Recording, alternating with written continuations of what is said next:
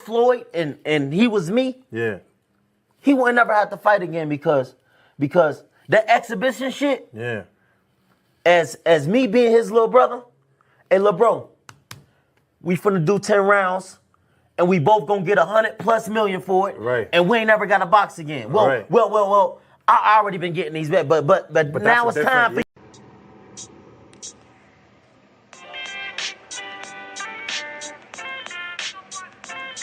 Yo, you know the deal. We back again. We never slacking. Word 'em up.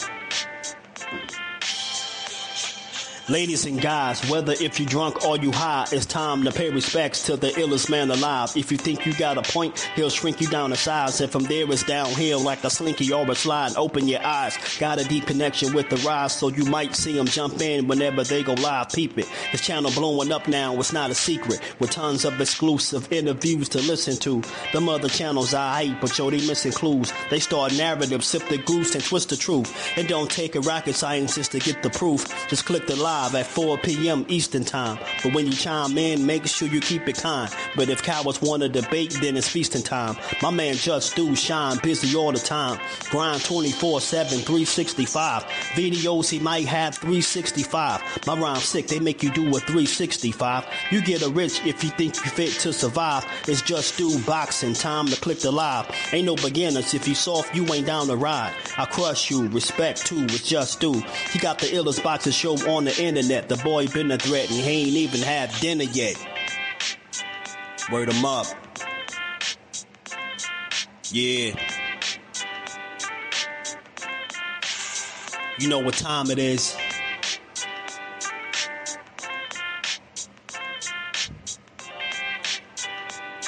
$4 p.m. Eastern. Click the link.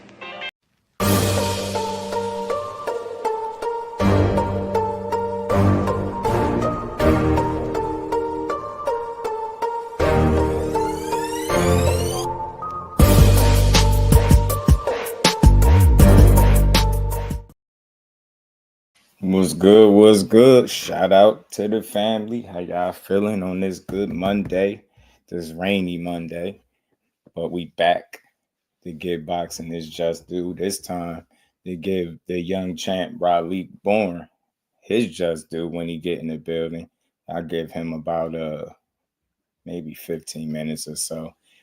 And he gonna be with us. But in the meantime, we gonna build on this boxing how we always do.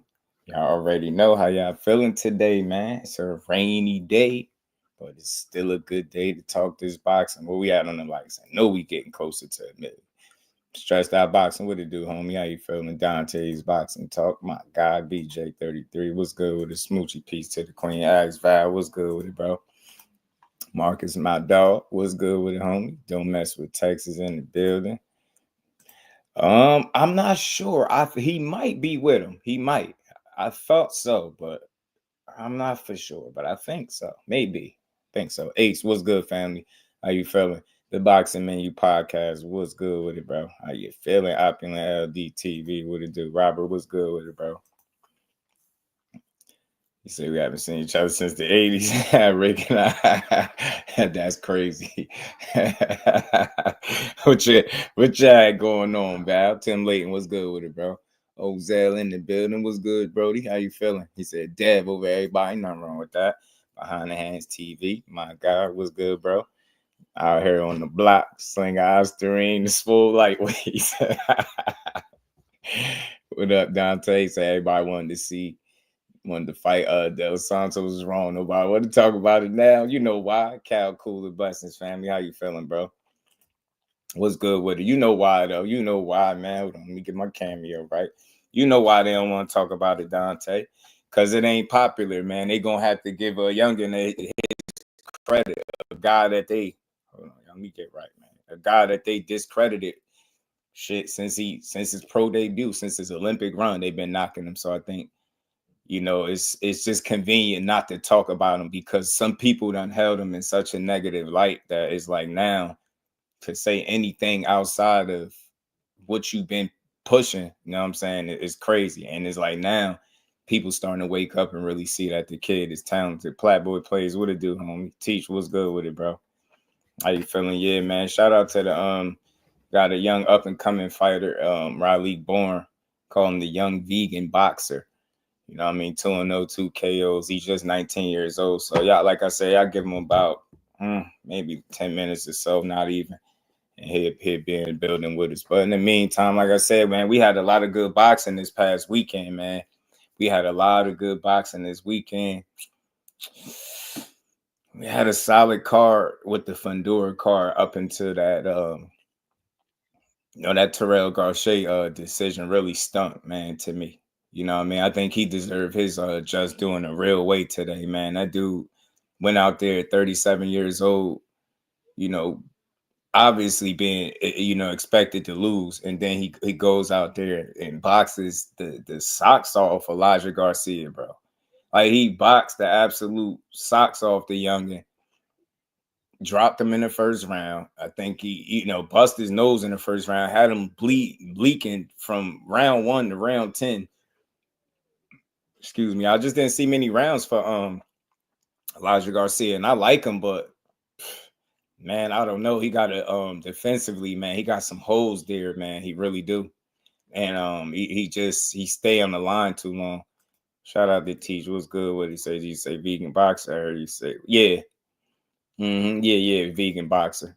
I was pro just do out on Hoover Street Gym, 108 Broadway Gym, breaking out solid in that light back then. That's dope. Shout out to Ags Val, man. That's dope, man.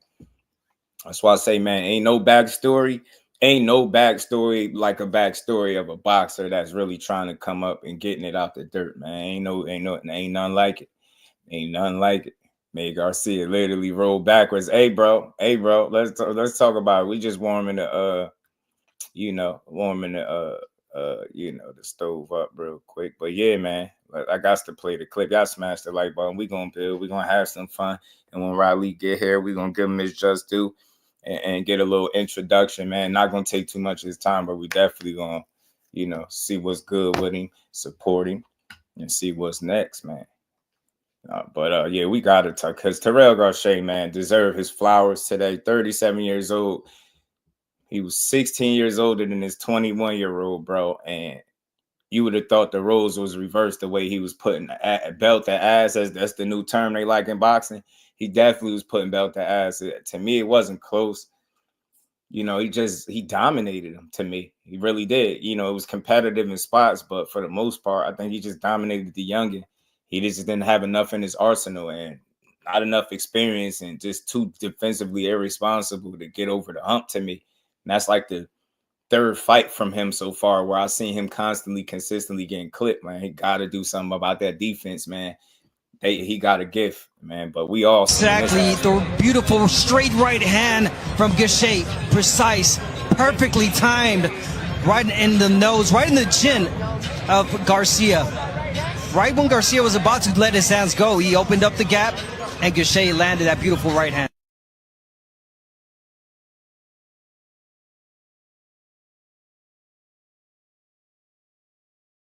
Man, that was a fun fight, man. Simply because you go into the fight expecting Terrell Gausha to possibly be a little reserved with his punch output and kind of, maybe allow the youngin' to get off on him. Nah, he did a good job of keeping his back off the ropes, not languishing there too long, allowing Garcia to get off. Now, Garcia got off in spots, but credit to Gausha because his defense was really tight. And he blocked a lot of those shots. He weathered the storm. Even when he did get hit, he took it well, and he always had an answer in this fight. And that was the difference. He always had an answer for the youngin'. Youngin' ain't have an answer for him. You get what I'm saying? He just didn't know what to do. That rollback was crazy. Shout out to my dog, Mike. How you feeling, bro?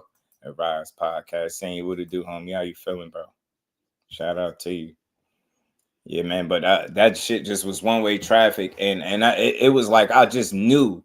Like, I knew that fight was so clean and convincing. Like, I knew there was no way they could take it from him. And they did it. And that's just a black eye on boxing, man. When we got the new boxing fans, those are the worst kind of decisions for us to see, because everybody go complaining. You watch the fight, seeing it one way and then they call it another way, and it's like, you know what I mean? It kind of turned people off. So, man, I just hope at some point in time they get the judges a better vantage point, because something got to be done about the, you know, the terrible just scores and judging, man. Like, it's terrible. I mean, their vantage points suck. I think they got to find a way to get the judges better vantage points, all of them, man.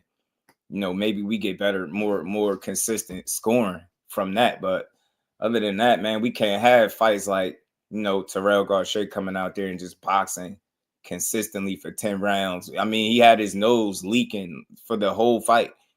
The entire fight, his nose was bleeding. Like, that was crazy work. And it was all over him. Like, he was beating him up, piecing up combinations, working the stick, 1-2, 1-2. Like, he was working, man. He was in his bag. That was a vintage, like, a Terrell Gausha performance. Those are the kind of performances that at 37, with a couple losses on your record, that, you know, that a lot of times they can't put out. And when you do, you want to see a guy get credit for it. You understand what I'm saying? And to see him go out there and fight as consistently as he did and be successful through the rounds, controlling the fight like that, and just controlling a much younger guy, man. 16 years, dude. Elijah Garcia, man, he took you to school, kid. Respectfully, the Olympian took his ass to school, man. And I hated that. That was the worst. That was one of the best fights of the night, of the weekend, but the decision obviously ruined it. But Terrell Gausha should have been able to walk out of there with his hand raised respectfully. I hope he got paid well. I mean, because he just didn't get his just due at all, y'all. That's how you take a fight from somebody. You get what I'm saying? That's taking a fight from a guy. You know what I mean? And you just shit you don't want to see. It sucks. You know, man, where he go from here at 37, that's the even bigger question, and that's the bigger underlying issue. You get what I'm saying? Now, it's this not like some 21-year-old that, you know, had to slip up and he just lost his first fight, or you get what I'm saying? It's a guy that's 37 that, you know, his better years is probably behind him, and you figure if he's able to still perform at this level and put out a performance this consistent, he should just get the credit for it. And he should just be able to, like, regardless of the advantage points in the ring, I just don't know how in the hell anybody had him winning on any scorecard. Like, it was that convincing. It wasn't hard to judge, and none of that. Elijah Garcia showed signs of life, but it was just not consistent enough. Not consistent enough. You know what I'm saying? Constantly being on the line, that his nose being busted the entire fight. Like, that's crazy. Like, he got his nose busted in the first round and it stayed that way. Like, they never got that under control. And just that's my pick of my first pro fight in Los Angeles at Culver City. Yeah. That's dope, man. That's dope. Shout out to you, Val. I didn't know you was pro, man. That's dope. That's really dope. I mean, didn't know that thing. You never know, man. We be having boxes in the chat. Y'all smash the like button. But like I said, man, this weekend was a good one, man. Shout out to what they call, I forgot what they called her nickname. It was something else at first, but shout out to Tiara Brown, man.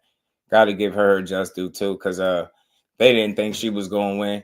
They didn't think she was going to win this weekend either, man. I said it. Banks, what it do, homie? How you feeling? I said it all the whole time. Ever since I knew this fight was a possibility. Ever since I heard, Tiara Brown speaking Sky Nicholson's name, when you just see how these two ladies fight. And again, Sky Nicholson much younger, I think, than Tiara Brown, about 36. Sky Nicholson pretty young. And I wouldn't say she got took to school. She just got out-hustled.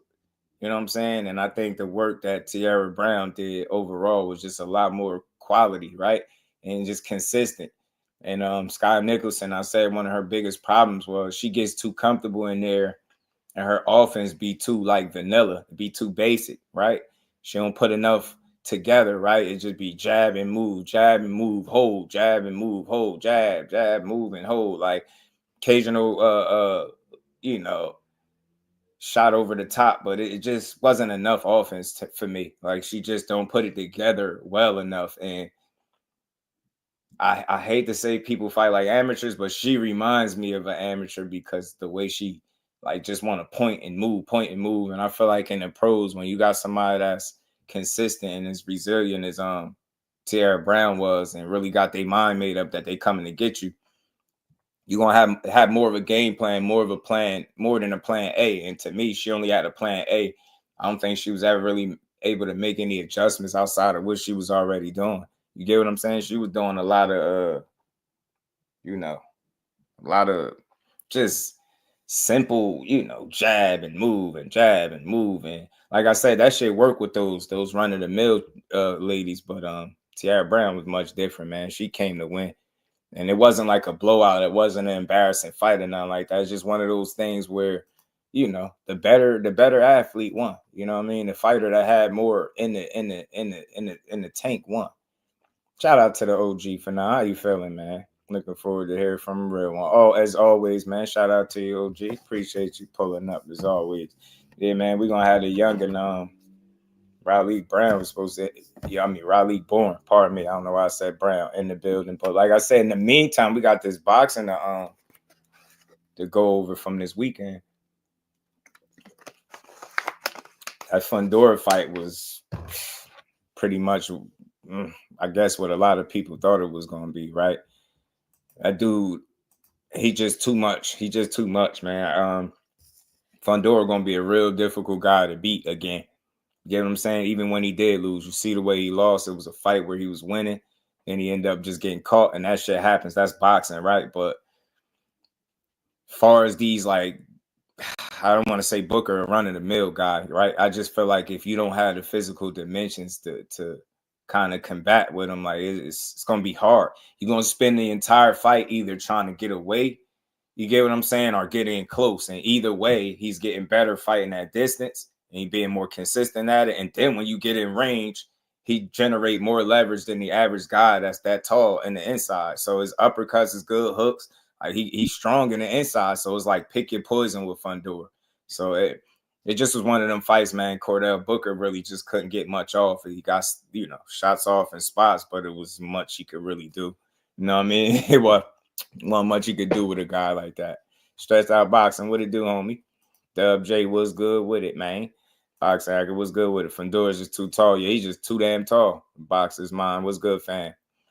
He might. Peace to the Queen Lisa. He might. I'm not for sure, but he might. Big Dog Willie, that for the Cap Dads of the Apocalypse are back. Stay tuned.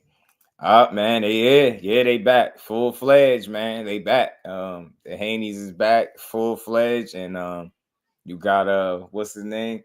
Scoffield posting about news. It's about to get interesting. And we ain't never got a box again. Well, right. well. I already been getting these back, but now it's time for you to get your just due. Motown, what it do, homie? How you feeling? Brian Frazier, Boxing Talk up north. What it do, homie? How you feeling, bro? I'm gonna get my bro a shot soon. He's 6'3" and way more athletic than Fundora. Yeah, Joshua Frazier. 12-0, 9 KO, 6'3", 154 pounds southpaw. He sound dangerous, bro. He sound pretty damn dangerous, bro. Sound pretty dangerous, man. He sound dangerous, man. Emmanuel, what it do, homie? Sound dangerous. I gotta look him up, bro. I'm gonna have to look him up. I'm not familiar with him. Yeah, but Fundora, man, that's a trick bag, bro. I'm convinced at this point, you either got to get lucky or he got to fight the absolute best of the best. Anything less than that, I think that damn fate is sealed already, man. It's just not too many people that's going to beat that kid. Get what I'm saying? Just because of what he able to do, and he only learning, right? The more he learns how to control the distance and the range and that long ass jab that he got the length and height and reach of a heavyweight. And he had 154 pounds punching on these people that's nowhere near his size. In comparison to his size, is ridiculous. So it's probably one of the easiest things that it's probably like a cakewalk at this point for him, man. Thomas Hill, my dog, was good with it, bro. Probably a cakewalk for this man at this point, man. You get me? So I don't know. I hear the Xander Zayas smoke, with Fundora. I hear Xander Zayas saying he won't fight him. I mean, look, I'm all for it, but I don't know how that fight gonna play out. I'm gonna be honest with you. be honest with you. Like the problem is like, can you deal with somebody that's that tall and that long, that's learning how to use it comfortably and consistently now? And then, like I said, you muscle or you find your way in the inside, then he cool there too. So it's like, once upon a time, it seemed like the book was out on him. It seemed like if you fought him or made him fight at range, you could kind of pick him off a bit. You get what I'm saying? And not no more. Shout out to the Queen Lisa. Pardon me if I didn't say what's up to the Queen. Fundora throw 100 punches around. That shit is ridiculous, bro. It's not. It's almost like it's not a fair fight. It's the closest thing to a handicap match that you're gonna see. I'm telling you, his physical dimensions just make it a handicap match. Tell me I'm lying. Everybody that get in there with him, it look crazy. They looking up. It's like it's crazy how they, what distance or range. Is like, pick which one you trying to fight at, because he could damn near hit you from anywhere in the ring. So it's like, you got to either be all in, it seemed like, or all the way out with him. Because if he could still hit you. You know what I mean? He could still find you. And it's just a hard guy to deal with. You know what I'm saying? Your defense got to be on point. Your conditioning got to be on point. Your inside game, I believe, got to be on point, man. You got to be able to earn his respect too, man. You just don't want that dude coming forward, marching forward, behind that long ass jab. And you got a hell of an uppercut in the inside too. Yeah, Fundora getting better. I agree. Boxing Menu Podcast, what it do, homie? You got to fight heavy on the inside with Fundora. I'm telling you, you got to, you got to make it. You got to make them count. That's what I realized too. All those tapping and touching and tapping and touching, that shit ain't going to work. Like, respectfully, it's not going to work. You got to clock Fundora upside this shit, bro. You got to hit him, man. You got to punch him. Got to punch on him, bro. You got to have a little bit of something coming at him. You have to, because if not, he's just going to walk you down and outwork you. You know what I'm saying? Outwork you and stop you. And dude got punching power. He like a praying mantis, bro. A boxing praying mantis. If a praying mantis box, it'd be Sebastian Fundora. I'm telling you right now. She's like a damn power forward. It's like a power forward or something. NBA 6'5", so I'll say maybe a 2 guard or something. It's like fighting an NBA 2 guard. God fuck. Yeah, man, you do. Teofimo versus Jerron coming. Celestial being, what's good with it? I heard them talking about it, but I believe that shit when I see it. Teo got to prove to me that he'll get in there with somebody like Boots. I think Boots would be all wrong for him, but what do I know? You know what I'm saying? I hope he proved me wrong. Go ahead, Teo. You know what I mean? Go do it. But yeah, man, this weekend, man, we got some solid fights, man. Good fights, man. Good fights. I just need to see Fundora challenge against somebody else, I guess, man. And at this point, shit, those Anders eyes in there, he asking for it, throw him in there. Perfect formula if it wasn't for the cut. Yeah, 10 was piecing him up. I ain't gonna lie. That's a fact. 10 was piecing him up. Mike Kirkland, what's going on, bro? How you feeling? Boots versus Ryan, better fight. Teal can punch. Oh, can't punch. Oh, at 140. Yeah, that's what I'm saying. I don't think it's that he can't punch. I just don't think his punches are as explosive or impactful at 40 as he was at 35, obviously, right? I don't see him as a puncher the way he was down there at the smaller weight. So he's gonna have to outbox you more, So we'll see. But I don't know, man. Boots versus Ryan. I believe Ryan will get in there before Teo. I believe Ryan will get in there before Teo. Stood next to Xander. He barely 6 foot tall. You're gonna have problems getting the Fundora. He absolutely gonna have problems, bro. You're gonna have problems. I know he ambitious and he say he won it, and he's saying like, Fundora don't want to fight him. He gonna get stripped or something. He say, what did he say? Hold on, I thought I had a little clip from this guy. Thought I did. Hold on, let me get to it. If Sebastian Fundora decides not to go the WB route and wants to take up a unification fight with Bakram, what are your thoughts on that? How would you feel about that? Well, I just feel like there's no other route for him. There's no other route for Sebastian Fundora. If he decides to go somewhere else, he gets stripped because I'm the mandatory guy. He has to defend for the WBO. He hasn't done that yet, and I'm the next guy up. So that's the only route he could go if he want to keep his WBO title. If not, he'll get stripped.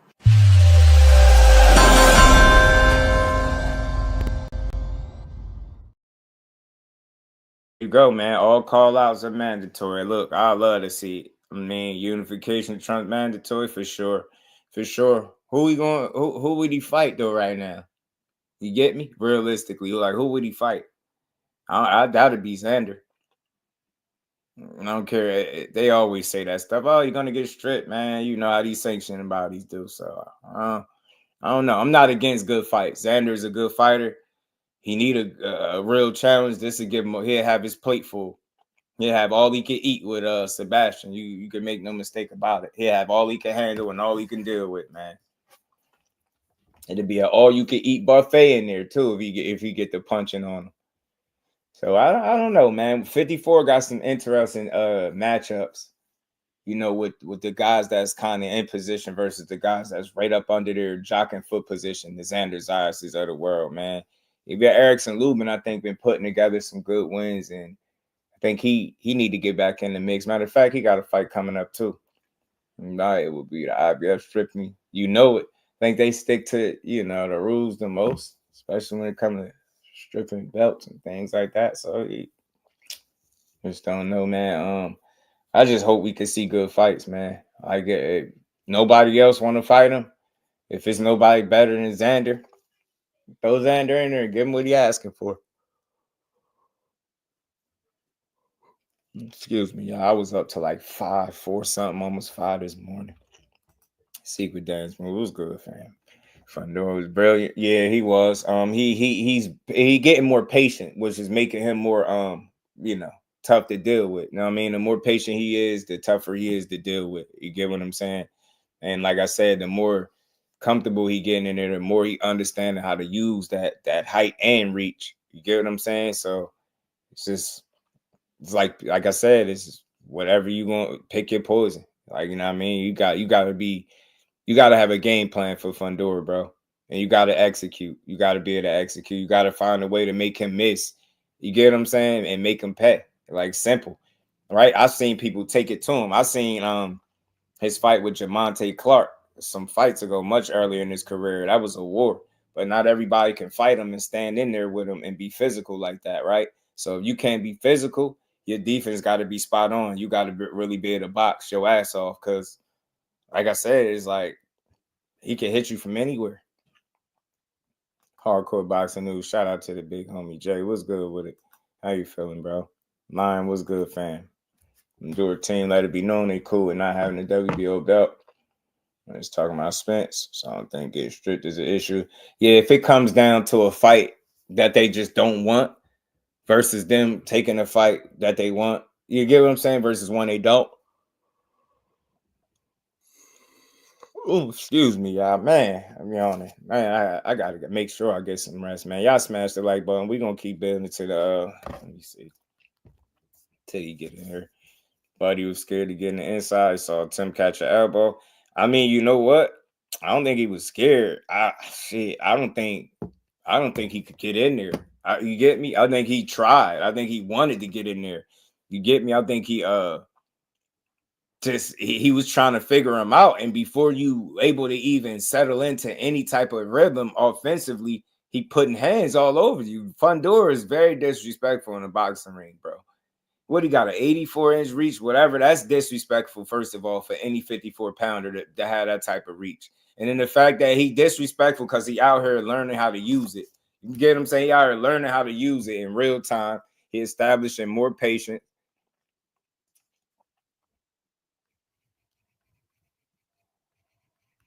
Hold on, give me a second, y'all.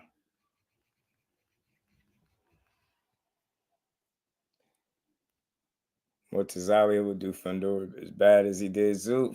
I mean, there you go. Shelton was good with it. Fundora was brilliant against Cordell Booker. We got to stop being prisoners at the moment. Yeah, I mean, I thought he was, though. I thought he was. I thought he looked. He was. I mean, for who he was in there with, no slight to Cordell Booker, good fighter, but he just was outmatched. You know what I mean? Overmatched. This was too much. This was too much.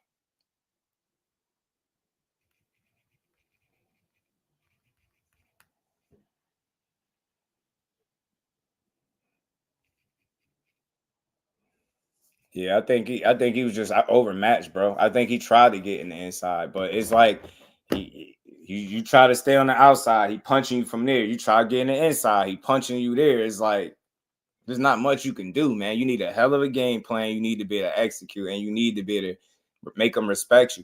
Know what I mean? Make them second guess every now and again. Joseph, what it do? He said his performance was A-class to me. I mean, look, his performance was spot on. It was definitely what it needed to be. Like you can't dismiss it, right? Now, again, you put it in this proper context against the guy that he fought. You get me? He handled business. He didn't get hit a lot. He walked up out of there clean. Fundora could go right to the club that with no shades and everything. He good to go. So this was a good performance, right? He didn't have a, one of those up and down moments where you kind of just don't look good. Nah, he went out there, did what he was supposed to do. So now you just want to see who get to challenge him next. Because, I mean, look, I'm all for a Mortez Aliyev fight. I'm all for a Xander Zayas matchup, but whoever get to him first at this point, but you better have your shit worked out. Because Fundora is, like I said, that's a nightmare matchup for real, bro. For real. That's you're not going to run into a lot of those guys. And then it's probably not even a ton of people that you can spar with to even prepare for that damn praying mantis that he is. So, damn good. Boxing with 2-4, what it do?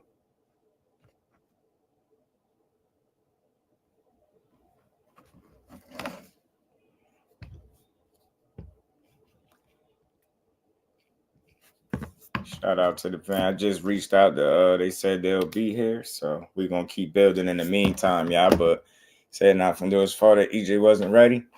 No, that's not on Fundora. None of that is on Fundora. Fundora is just handling Fundora right now. He's doing exactly what he's supposed to be doing, right? Going out there and getting it done. Kevin was good with it, bro. He's going out there and getting it done, winning, at a high level. You know what I'm saying? Winning at a high level. So I don't know. I say this as a big EJ fanboy. Nah, that's definitely not his fault. I mean, it's not nobody's fault, right? I mean, EJ dealing with what he dealing with. Like he said, he'll be back when he's ready. And I guess in the meantime, like Fundora is supposed to do, just the next man up. And that's what he doing. Keep fighting the next man up. So, from what I understand, Terrence Crawford vacated any potential 54 titles that he was holding. Let them go. So I don't know what's next at 54, but it's a lot of smoke there. I'll tell you that. It's a lot of smoke to sift and sort out. Keyshawn Davis, Ramos, Teo fights. Y'all like that one, huh? Y'all like that? Y'all like that De Los Santos and Keyshawn Davis smoke, huh?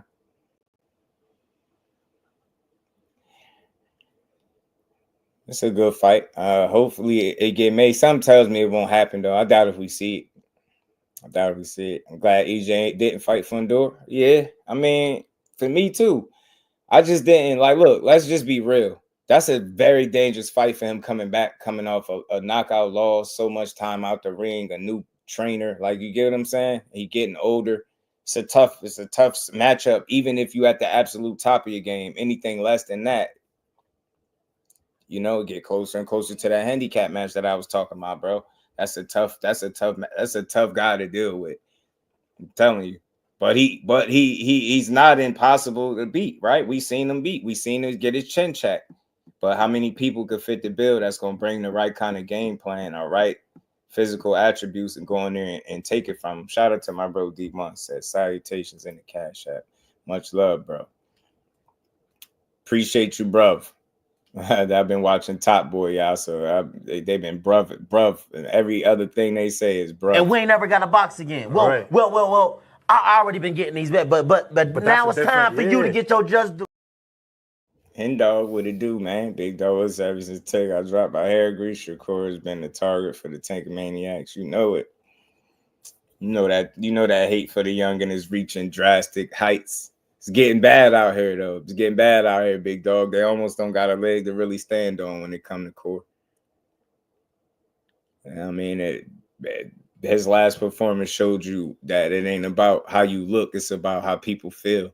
So no matter how good you look, if it ain't make a fighter feel a certain way, they ain't going. I mean, a fan feel a certain way, or they just don't like you, they're not gonna give you credit. No way, no how. Play dice with AB. Hell nah. You think I ain't seen it? You think I ain't heard the stories? I'm cool. I hate dice, as a matter of fact. I was one of those people. I wasn't a dice shooter. I didn't like no dice, bro. I feel like that's the dumbest way to lose money. That's the dumbest way to lose money. That's the dumbest way to lose money. Fundora stopped throwing lead uppercuts after that Mendoza loss. Yeah, he got a little bit smarter, more disciplined and patient is what Fundora did. That's why, depending on how you lose and who the person is, losses could be the best thing to happen to you. Although he lost, it's a loss, but I think he was forced to get better in certain areas after the loss. You get what I'm saying? I think he's done that. So Fundora just gonna continue to be a tough out for anybody that he fight, bro. It's not gonna be easy. Bruce guys, peace to the OG. How you feeling?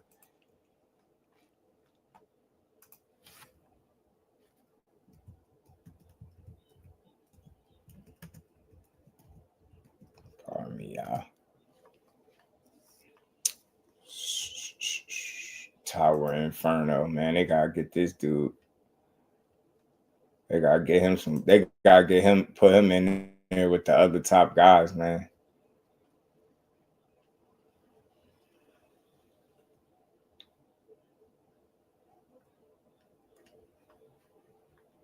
Pardon me, yeah, I smashed it like Blue Hustle, man. Cornelius, what it do, homie?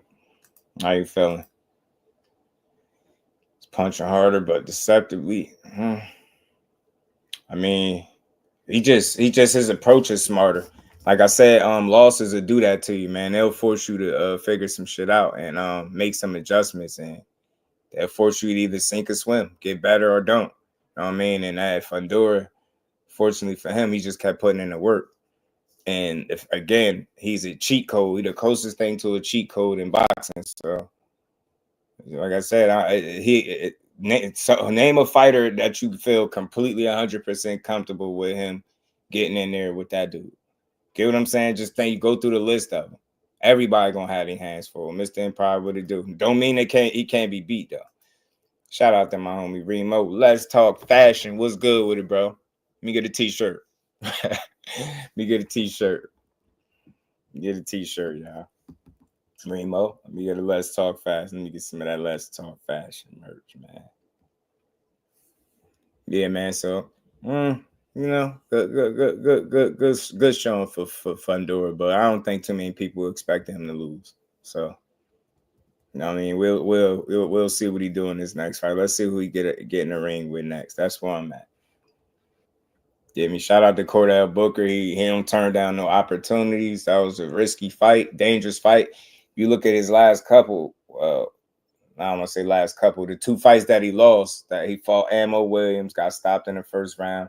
Took that fight, I think at middleweight. Did he? I think he moved up to middleweight to fight Ammo and got stopped in the first round. You see what kind of risk that was. Then he turned around and fights Fundora at 54. Get what I'm saying? So he showed you what kind of fighter he is. He might not get the credit for it. Maybe people didn't get to see his pedigree against that big, tall target of Fundora, but Favre G's was good. Where's he, man? Just gotta give him room to improve. Gotta give him room to get back in there and see if he can keep getting better. Because if he could, he continues to be a threat for 150 for anybody at 54. And speaking of 54, we also had Jesus Ramos on this card too. Now I don't know who the hell he was fighting because I don't know buddy, but he was tough as hell. I know that he was tough as hell. Like he made Jesus Ramos earn his knockout. He had to earn it. He really had to hurt him. He had to beat his ass, man. He beat that dude's ass, man. I want to see Jesus Ramos in a step-up fight. I seen the Lubin fight. I get that, but I think he's ready for another one of those type fights. You get me? I want to see just how good he is, bro. That's a big kid, man. He could easily be at super middleweight, easily. So Jesus Ramos got a good punch output. He's strong, put his combinations together. He don't look like the fastest guy, but he's consistent with good timing. So that makes up for the speed deficiency. You know what I'm saying? So another good player at 54, man. Charlo got to get back in the mix. He said something about coming back at 54. Some people don't think he's coming back there. I don't know. I think it's a good fight though. If he can get his legs back under him. Gausha got robbed. Absolutely. Lubin rematch. Lubin and Ramos. I pay for it. I'll watch it. Lubin fighting what's his name? Andrell Holmes, something like that. He fighting Andrell Holmes, I think, on Pro Box coming up. Lubin beat him pretty easy. Now, I don't think Lubin beat him pretty easy. I think Lubin outlasted him. I think he was able to set a pace and keep up with it. Ramos set a pace early in that fight with Lubin, and he couldn't keep up with it. And it was like a considerable drop-off to me in the back half of the fight. So, to me, I think he made a case for why he could have lost the fight. You know what I mean? Kind of, remember, he let up off the gas. He took his foot off the gas and started being a little defensive or whatever. And he just wasn't throwing punches. I don't know why he switched tactics, but that's inexperience. I call that inexperience because if you knew better, if it ain't broke, don't fix it. You would have just kept doing what was working. And, you know, some would say he controlled the first quarter, the first half of that fight damn near. And, you know, once he slowed down, he made it his decision to kind of taper down some. That was just all the opening Lubin needed, you know what I mean, to kind of make a case for a win. So, no people feel like he got robbed in that fight, but I think he shot himself in the foot, changing tactics unnecessarily.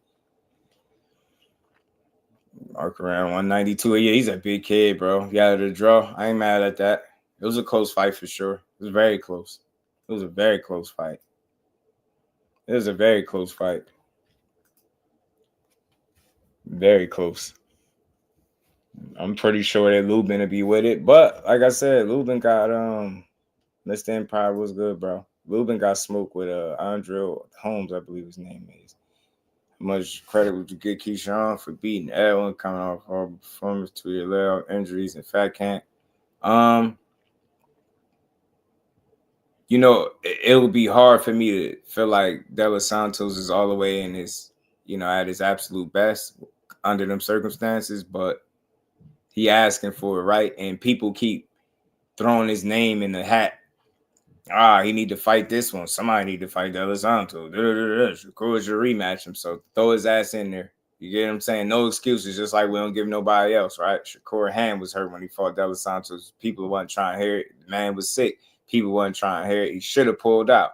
People wasn't trying to hear it. So if that guy that, you know, they wasn't trying to hear when he was, you know, half of himself against De Los Santos. So let him rehab. Hopefully, he dealt with those blood clots in his leg, that situation that he had going on there, and he could get back. You know what I'm saying? Hopefully he get back at where he was at. I'm all for him fighting a Keyshawn Davis if you fight him. Look, somebody got to fight the man at this point, right? And he got to prove something since fighting Shakur because he looked pissed. He had a piss poor performance. You know what I'm saying? As much as people, you know, harp on Shakur, he did even worse. He the one that lost the fight, so he did even less. You know what I'm saying? So we need to see him. We ain't seen him since then. It's been inactivity and health concerns for De Los Santos.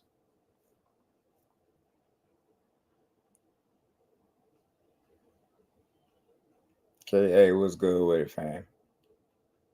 What's good with it?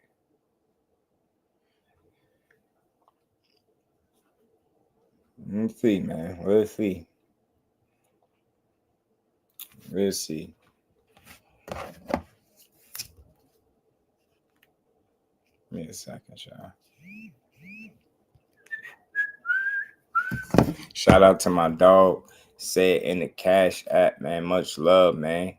Said, man, keep on building, my G. That's my dog right there. And we ain't never got a box again. Well, right. well. I already been getting these back, but now it's time for you to get your just due. Shout out to my guys. Said appreciate you, bruv. Don't mind me with the bro. I've been binge watching Top Boy. Oh man. Was really good with it. Big B-Lo, what's good, homie? How you feeling? PBC can put on an 8 free cards like this a year on Amazon. I'll be supporting pay-per-views for Tank and Benavidez. I look at it like this, right? We need more free shows like the one we just got this weekend. We need more of them for sure. But I feel like overall, as long as the fighters on the card are worth supporting, right? Long as they're worth supporting, I'll support it, man. Like, you know, should get a little expensive, get a little pricey, but I'll support it. Benavidez, he gives me a reason to support him. Tank, he always give you a reason to support him, and even if not him, then you gotta rock with Lamont Roach in this situation, right? So you gotta appreciate that. You know what I mean? You gotta be able to rock with that. Shout out to my homie Mike Kirkland, man. Much love, little support for the grind. It's always big support, bro. Much love. And we ain't never got a box again. Well, right. well. I already been getting these bets, but now it's time for you to get your just due. Shout out to Mike Kirkland. Appreciate you, bro. Weight divisions, right? League 135. 135. That's all I want to ask him, man. He amongst in the division that, you know, has been hot for some time and well respected. You know what I mean? It's been some historic hold on, y'all give me 2 seconds. Smash that like button for me.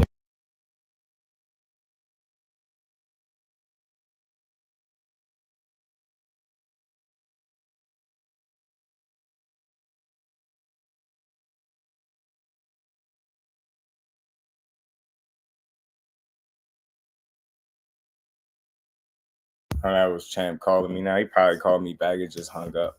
Said he was trying to figure it out, man. Shout out to him. I'm pretty sure he'll be up here in a second. And Fundora manager, and how he went hard on Turkey. Samson Likowitz or something like Lukowitz, something. I don't want to butcher his last name, but yeah, I know what you're talking about. I mean, look, it just seemed like. Give me 2 seconds, y'all.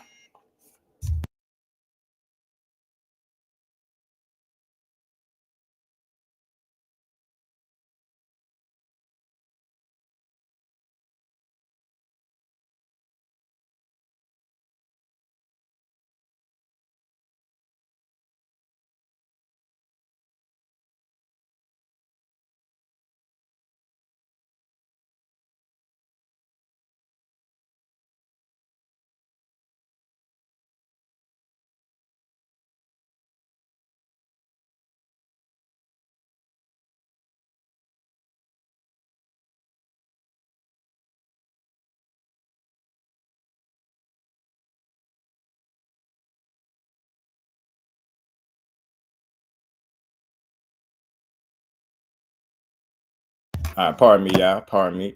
My apologies. 160 now, hot. Hit that like button. Oh, you Pooh the Kid, my dog. Double duty. What's good with it, bro? Said none of these boxers ever gonna fight in Saudi. We could talk about that for a second. Give me a second, y'all. Shout out to my homie Pooh, man. I almost lost my train of thought. As far as the fighter, look, it seems to me it's simple. The people that got relationships with Turkey got relationships with them. The ones that don't. That's what it seemed like to me. It's just one of those things. If you're not accustomed to working with somebody, what's your incentive, right? Like they hear about the money, but everybody ain't going. Everybody ain't jumping because somebody got a couple of hours. So when I hear him say that none of his fighters will fight over there, I mean, it don't surprise me to hear him say that. But he do a lot of double talking too, and he do a hell of a good job dancing around questions. Like I've seen him do it. He don't like to answer certain questions. So Samson, that is, shout out to him, but he don't like to answer certain questions. So doesn't surprise me that he says that. But don't be surprised if next thing you know, next thing you know, you see him working with him. Like it's easy to say what you're not gonna do when you ain't involved, right? But you just never know. You never know what opportunity exists. So all I'm saying is, I'm pretty sure if working with Turkey makes sense for him and his fighters, then maybe he'll do it. And just because you work with him, don't mean I think that guys have to fight in Saudi Arabia. Like Brian and them, that's in Times Square, that's New York. So they fight on the Turkey card, right? That's in New York. So I don't feel like it has to be in Saudi. But look, stay in your square. Look, if you don't want to go over there and fight, don't go over there and fight.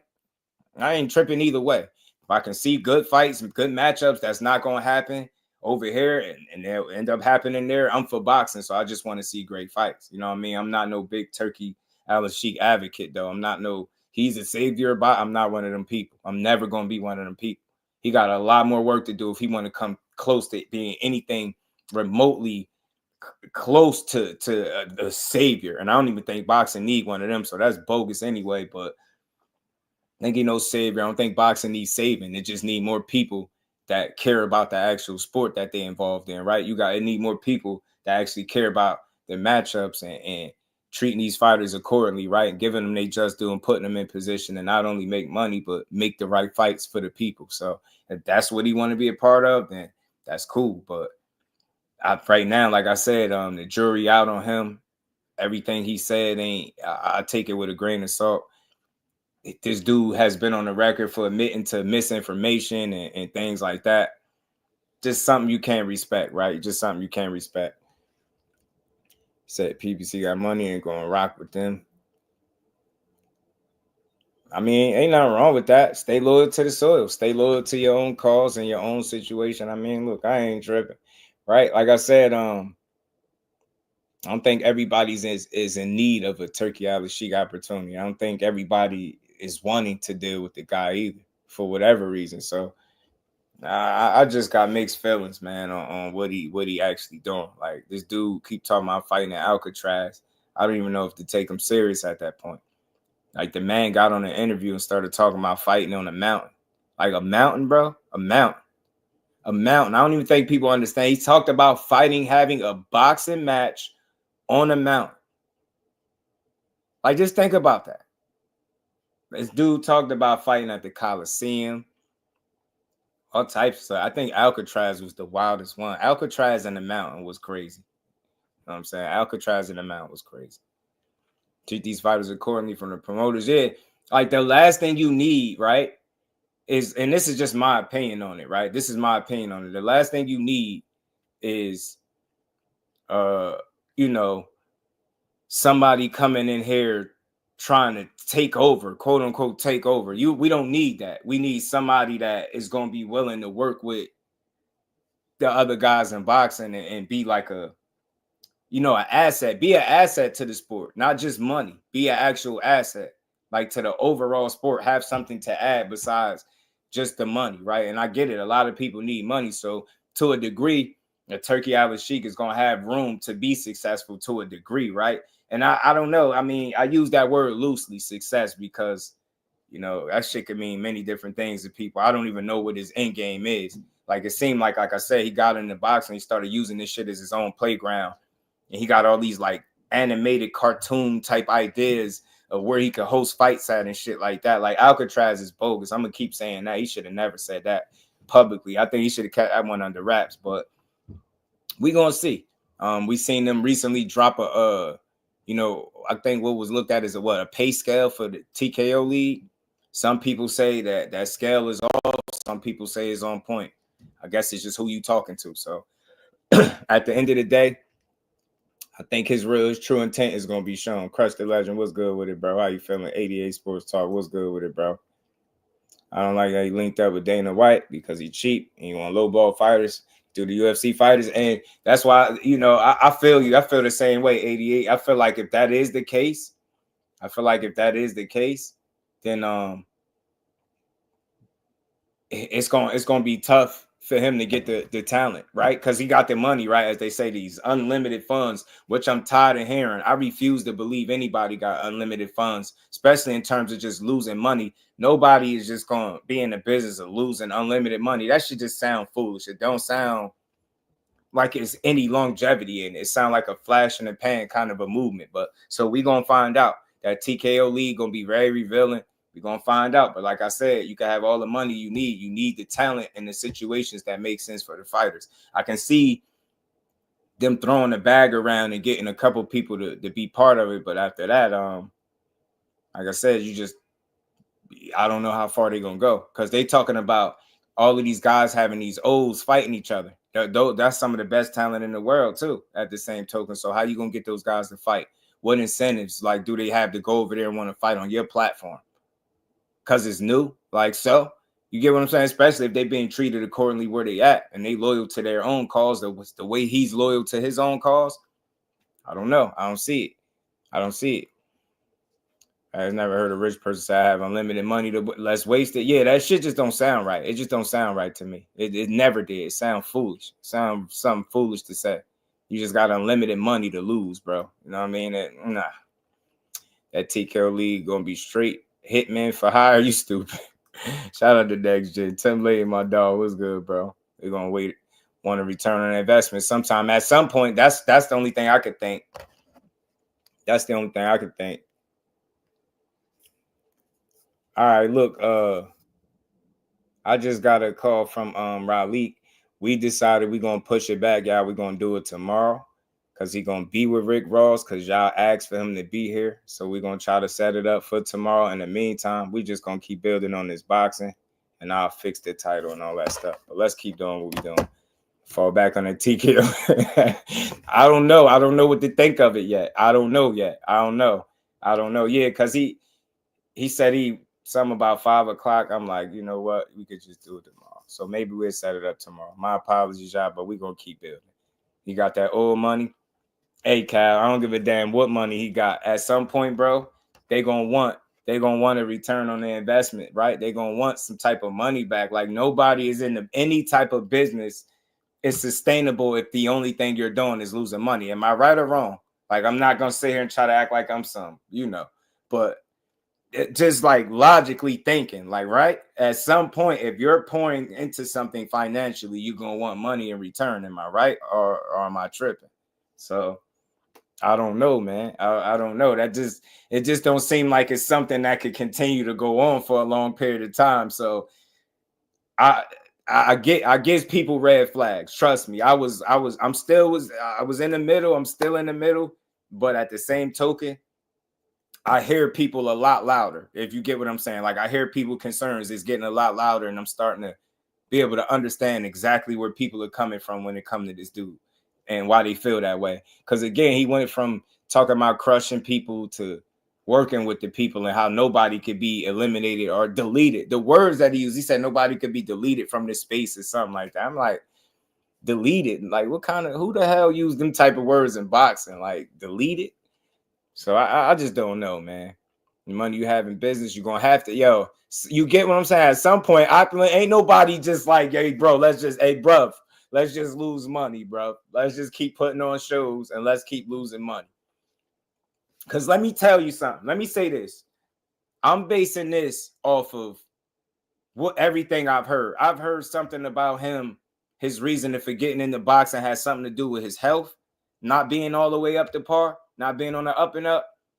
If that is in fact the case, you match the fact that he got some type of, from what they said to me, some health situation or something going on, and then you hear some of the ideas, it sound like somebody that's living out their bucket list and they chose boxing to do it.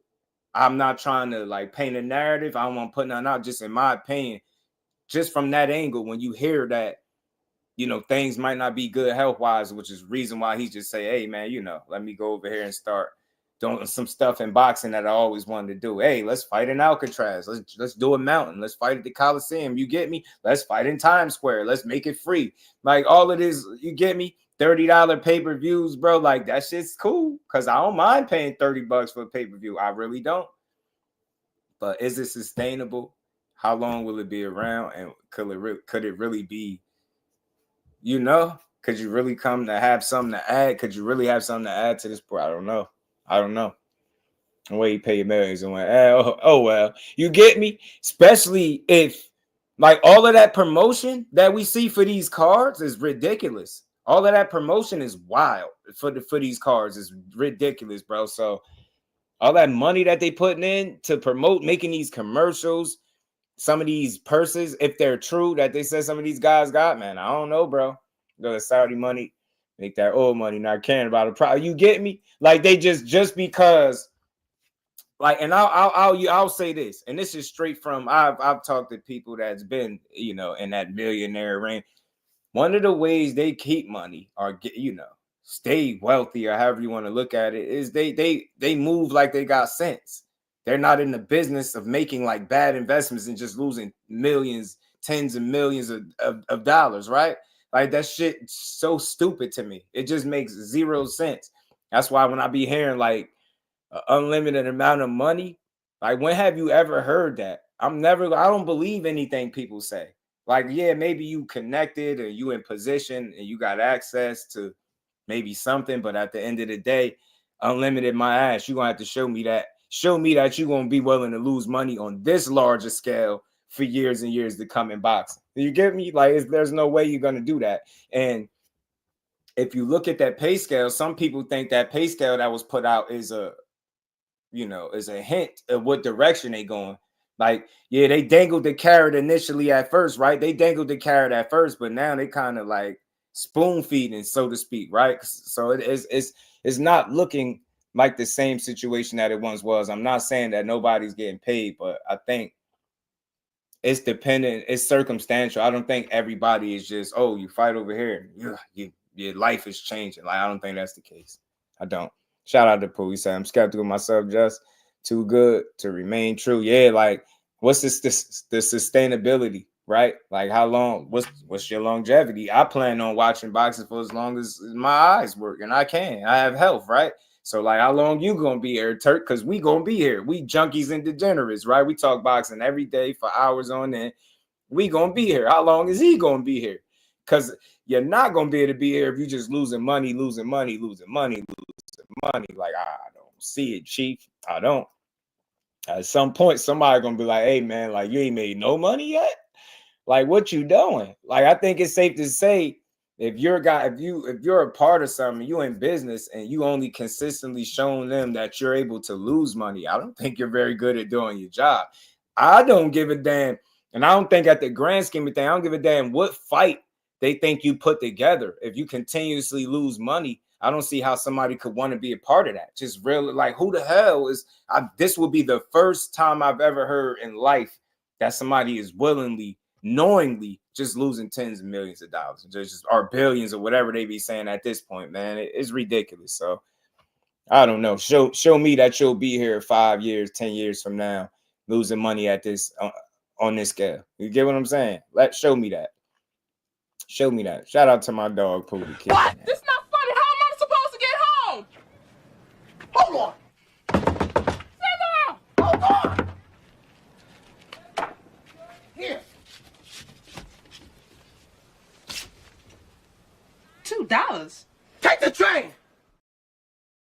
All rich people are not smart. Nah, they not. But the ones that really keep continuing to grow their wealth, should I say, they make smart investments. They make smart moves. They're not a part of senseless business dealings that's just costing them money, move after move. And think about it. It's like burning the candle at both ends, because you essentially, you want us to believe that everybody's getting paid life-changing money. Then we're physically, with our eyes, we're seeing the promotion that they putting into it. We got to know that shit got to be expensive. These full-blown commercials and trailers and all that shit that shit got to cost money. And I've been hearing about some of it, right? So you're overpaying, essentially. That's what they're saying. You overpaying, spending mass amount of dollars into promotion. You get what I'm saying? And then on the back end, you just losing. Then hell no. Show me you gonna be here 5-10 years from now and losing money on this scale. That's probably why the TKO league coming down. That's probably why you got a guy like Dana White involved. He like, man, you know how not to overpay. If I'm doing it, I'm just gonna be giving it away. If I get Dana involved, maybe Dana could implement what he implemented in the UFC, and they work. But good luck. Turkey making video game fights in odd places. I'm telling you, you gotta chill, bro. He got to chill out, man. He got to chill out. All things. Shout out to my homie. But told him type shit. Wonder what people was praising Turkey early on, thinking now. You know what? From my experience, Mike Kirkland, when people be wrong on a big scale, they just go tuck their tail. They just go tuck and try to move to the next topic and act like they wasn't heavy advocates of him, calling them the savior in the face of boxing and all this weird shit. Who's trying to apply a broke person mind frame onto Turkey. Yeah, like how bros get their taxes and blow it. Yeah, that's how he moved at this point. Hey, that's a great point, bro. That's a great point, Opulent. You get what I'm saying? That's what it's like doing at this point. Just get taxes and blowing it. So they just gonna give you access to their money, and you just gonna mess the money up. And they ain't gonna have no problem with it. They just nah, go ahead. No, we spare no expense. Remember that one? Shout out to Claymore Rain. We spare no expense. Man, they really out here thinking somebody got access to just continuously lose money is wild to me. I want to see how long that light stay green before they hit the you know what I mean, hit the pause on it, and there's no more. Shout out to Melanin Queen. My sis, how you feeling today? Yeah. Smash on the like button, man. We're gonna keep building, man. We're gonna build for a little bit. We calling an audible, man. We calling an audible. Might have to, like I said, make it work for tomorrow. My apologies to everybody that was looking to hear me give Raleigh his just due. But you see, we just keep rolling like it wasn't nothing. So, LaMarcus, what it do, homie? Thinking the same thing, just spare no expense my ass. You get me? Hell out of here. Like, that has to be like coming from somewhere along the line. Somebody gonna look at the bottom line. It's gonna be a minus by it. Like, they gonna be in the negative. They gonna be like, bro, there's no way we can continue to operate at this level losing like this. Like, I could, maybe I'm wrong, but I could, if I'll say this, because I try not to focus on these dudes' money. I just, like, you have no choice but to pay attention to it because how heavily people been talking about it. But I'll say this. I don't see it lasting if he's losing money the way people been reporting, right? If it's really going down like that, I don't see how it work. I don't see how it work. You get me? So I just don't see how it'll work. But you know, let's see who's right and who wrong. I just don't see that working. Shout out to my baby girl, the queen, Miss Just Do is in the building. How you feeling, baby girl? Smash the like button, driving home, safe travels on that road. It's been raining all damn day. Yeah, the dopest mind in the land. We really about to call Audible in real time. We're about to make it work too. About to make it work, y'all. Let me get this out of here right here real quick. He said, F around, start hearing a rumor that Prince made Turkey his pet tiger's new toy. You know what happened. I'm telling you. Feed him. You know what I mean? Bro, them losses, Trump changed. I hear people saying that, like, but think about it, though. Hypothetically, right? Like, because we just having a conversation next gen. Just put yourself in those kind of shoes. Like you ever like lose money in a stupid way? Like, even if it's something that you can afford to lose, you don't want to keep losing it, bro. Like, I don't, even on a very, very small scale. You get me? You get what I'm trying to say? Yo, I lost my wallet one day with like, I would get like $40 in it. I can't tell you how I felt, the fact that I lost the money, like just straight lost it. So I could just imagine you investing in something that you expect to get a return on your investment, right? ROI, right? You and then you don't get it, and it's like, you get what I'm saying? Like, that's like, I guess if it ain't tricking if you got it, nah, that's tricking, bro. He tricking off in boxing right now. Turkey is tricking off, is basically what y'all telling me. Big Turk tricking? He tricking in boxing. That shit can't last forever, G. Messing up the Mars money. I'm telling somebody, yo, I'm telling you, we're gonna open up the papers one day. But once they turn profit, they really blow. I'm telling you, man. Why y'all think he brought Dana White in? And that's known for underpaying. And every time somebody that fought in the UFC under the banner get paid more is outside of the UFC is when they leave. That's not a coincidence. That is math. So just if I want to, get the reason he brought him in, got to be money related. He brought his tight ass in here to, stiff these fighters, bro. And that's why I think overall, if that is the case, then they won't be here too long. They won't be here too long, or it won't reach the level that they're trying to reach because they won't have the talent to get it off the ground. Like this, out of all these entities that's in boxing and losing money, decide they can afford to lose. So if they outlast everybody else, they just starve out the competition. But that's the thing, though. I just don't feel like nobody in boxing has enough talent where they can completely just say I'm freezing everybody else out and it's just us and what we doing. I just don't think that's possible because they don't have all of the talent. It's so much talent every, other places. You get what I'm saying? You won't look I think it would be in your best interest to want to work with people. I think it'd be in your best interest to want to work with people. You get what I'm saying? You're not going to have the talent. Without it, you're not going to have the talent. But you're going to try to steal fighters? Like, I could see that being the issue.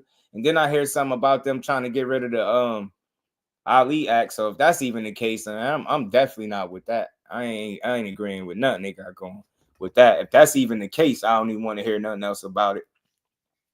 Kyle said, whoop that trick. You stupid, bro. They want a monopoly on combat sports space. You know they can. That, you know what? As ambitious as that may be and sound, bro, I just don't think. I think it's a lot harder to do in boxing. Like it's easy to say and think that way, but it's hard to pull off. It's hard to pull off because you might have money, but what is your money if you don't have the product that to make the money to sell to the people? They'll never forget the fighters are the product. Unless you're gonna have a bunch of like MMA guys crossing over and taking fights, and that shit's gonna be a shit show because they're not phenomenal boxers. They can't just transition from over there to MMA to buy. That's not a good look. So I can see a few young guys or a couple of guys that fell through the cracks. I could see a couple of guys falling through the cracks and possibly getting opportunities or taking on opportunities with Turkey. But overall, again, listen to what they're talking about. The best versus the best. These guys with all these O's, they're going to fight each other and nobody's going to value the O. That shit sound good. But where them fighters, where you going to get them from? Where you going to get them from? That's all I'm saying. So it should sound good, man. Sound good. Unc, what's going on, Unc? How you feeling? How you feeling, man? Good to see you in the building. Spare no expense. That was a line that calls from now to...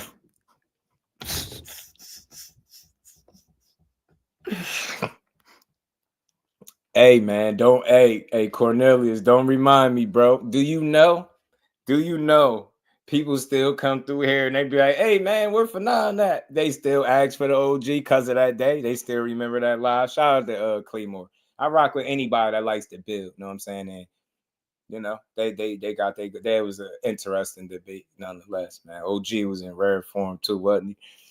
Ryan Norman didn't make 700,000.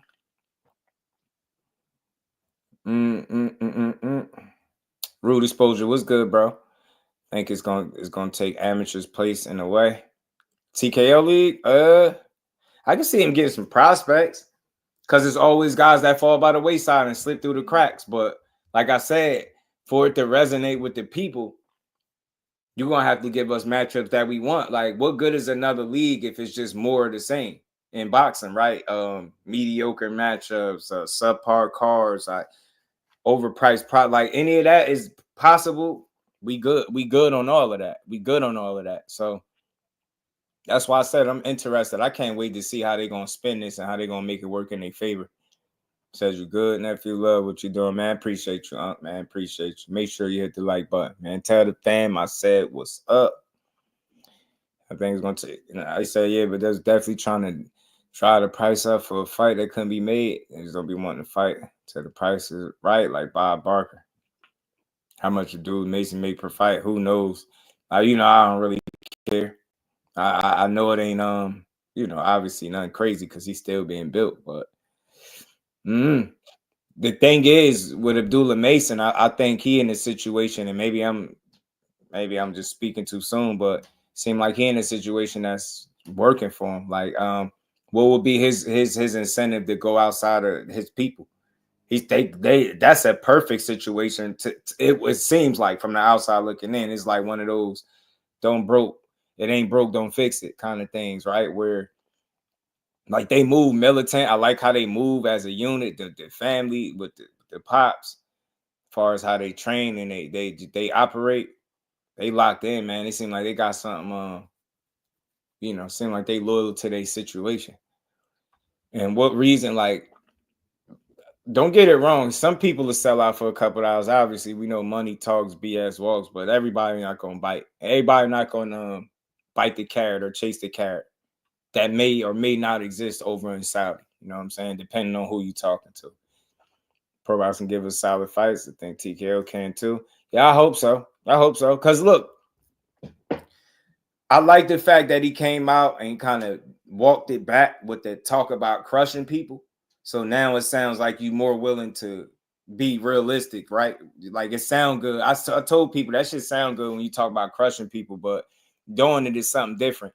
And these people been a part of boxing for how long? The specific individuals that he was speaking about. So they ain't going nowhere just because he got bankroll. That's all I'm saying. That's all I'm saying. They're not going nowhere. Some people, I know it might be hard to believe, but some people still move all, moral and principle, right? And everybody ain't just selling out or kissing the ring, as they call it, bending the knee and all this weird stuff. So just had to see, man. We had to see. But I'm watching with all four of my eyes, and we're gonna see what's good. G. He said 700,000. Who paying? Who got 700,000, man? Randall, what it do, homie? So the U.S. began the physical year, $36.1 trillion in debt, which is up $6 trillion from the last year, but we managed to operate every year. Yeah, that's interesting. I mean, I listen. I ain't gonna get too far into it because I don't want to say nothing crazy. But I mean, look, you got a point. But I think it's something different to consider if you just talking about like continuously pouring a fountain of wealth into something and getting absolutely nothing out of it. Like because at some point, like I was saying earlier, you gotta show that you're able to do something. Like what's considered to be success? Is it a number or is it the show? Right?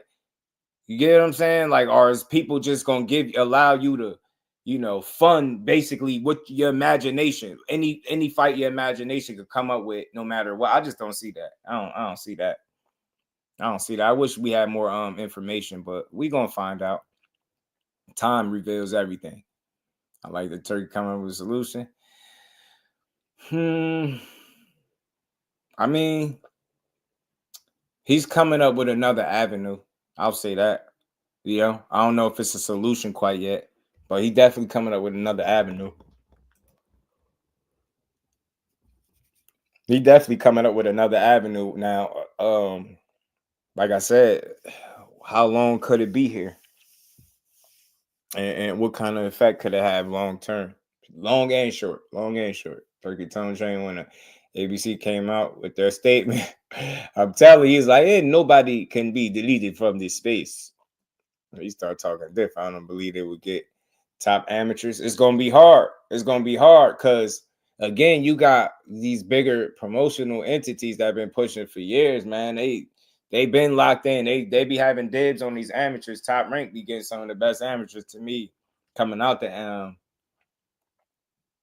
Olympics and shit like that. So I think they'll continue to do that. You know what I'm saying? Like I said, for me, overall, it's gonna be interesting to see how they go about filling out whatever could be a roster for a new league. Dana White, cheap. He makes the best fight the best. 704 Joe, my dog. I mean, I think it's like to a degree, right? To a degree, it could be said he do, right? He'll make the best fights to a degree, right? Because I know y'all pretty much seen them. They don't know when they retire. They quote unquote best fighters over there in the UFC. Them dudes be 48, still in there. They talking about championship fight. Like, bro, I don't want to see nobody that old in no combat sport, bro. Anyone even know the pay structure for Top Rank, PBC, Golden Boy, DAZN? How people going to speak on TKO when they can't compare? I don't know. It depends on who you talk to, bro. It depends on who you talk to, because some people made comparisons, right? You know what I mean, based on numbers that they seen with some of the reported purses that they hear people getting. It's just hard to really compare. But I think ultimately, like, you just got to give it time to see if it'll get off the ground and that people will really buy into it. And then I think from there, you listen to the fighters. You see how with the UFC, there's no secret that guys feel like they don't get paid accordingly. It's the same thing. I feel like if the TKO league get off the ground and it's moving as similar as the UFC, because Dana White is one of the faces of it, then I could see them having a similar issue. I could see them being able to put on fights because people gonna always need money and they're gonna always be willing to fight to do it, right? But if you talking about quality, they making promises, best shows, the best fighting the best, getting rid of the one belt, getting rid of the rest of the belts, with having it 1 belt, but then they kind of walk back all that stuff. So I don't know. That's the pay grade. How much do the prospect like Scoffield get per fight? And the PBC fighters are inactive. You only hear the rumors of what the top guys are making. Yeah. And some of that be subjective, bro. Some of that should be wrong. Some of that should be wrong. It'd be wrong. So I don't know, man. I don't know. We'll see, man. We'll see what Big Turk got up his sleeve, bro. We'll see what he got up his sleeve, bro. We'll see. Let's keep building, man. Hit the like button one time, and we're gonna keep doing what we're doing. Teofimo is a nerd, yo. I swear he is. Did you hear leaks of what lower guys are making? Like Brian Norman. Yeah, every now and then you get to hear what dudes are making. I'll just say this, man. Overall, I feel like if their intent is good, then maybe they'll be around for a while. You know what I'm saying? If they looking to really be an asset, then and not a monopoly, then maybe they'll succeed. Pay increase for boxers like Abdullah and Brian Norman. I feel you. My God, man, I keep yawning, man. Pay increase for boxers like Abdullah Mason, man. I feel you. I mean, it's tough. It's tough, man. It's gonna be tough.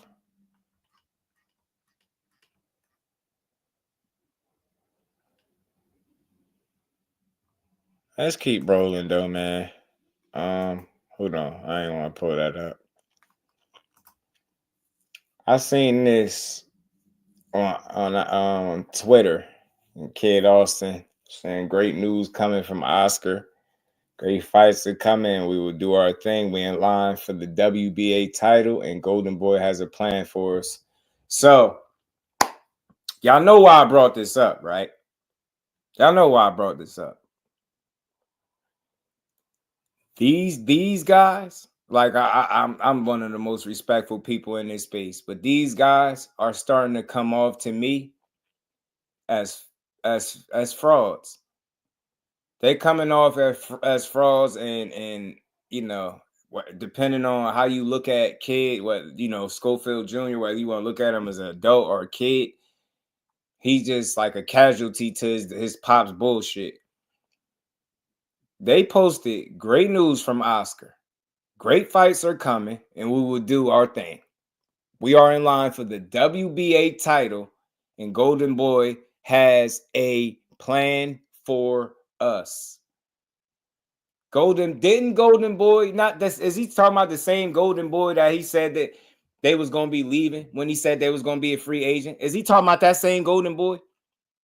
The same Golden Boy that hit him up and told him how they had a whole plan as to how they could make, Floyd Schofield Jr. a world champion without losing, and risking, a loss because you inexperienced, and they told you straight up and down they had a whole plan for you.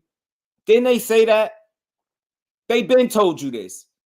So now, like after all of this shit, after you frame this guy of poisoning your son, breaking and entering, stealing passports, planting drugs, calling cops, like these boys sold it. Not boys, the pops really bogus. You got the nerve to come back to the boxing fans and be like, Golden Boy has a plan. They been had a plan for you, dude. And this is how I know y'all never planned on fighting. This is more evidence that y'all never had planned on fighting. Now you're acknowledging the plan that they had for you. You never was going to go outside their initial plans anyway.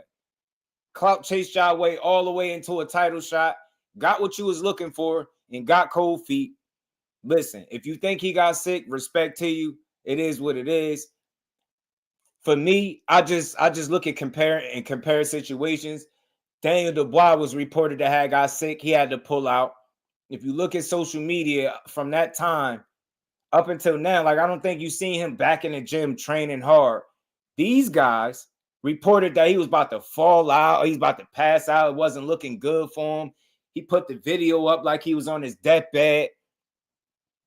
Say he really wasn't looking good for him. All of that. And I get it. They got pulled from the fight. They didn't pull themselves. They got pulled. I get it. But y'all was right back in the gym, like a couple days later, if that. Right back in the gym. Daniel Dubois somewhere probably recovering, but y'all right back in the gym, huh? Like it's just smoke and mirrors over there, bro. And I think he mismanaged the hell out of this situation. I think they went barking up the wrong tree. I think they got what they was looking for, and I think they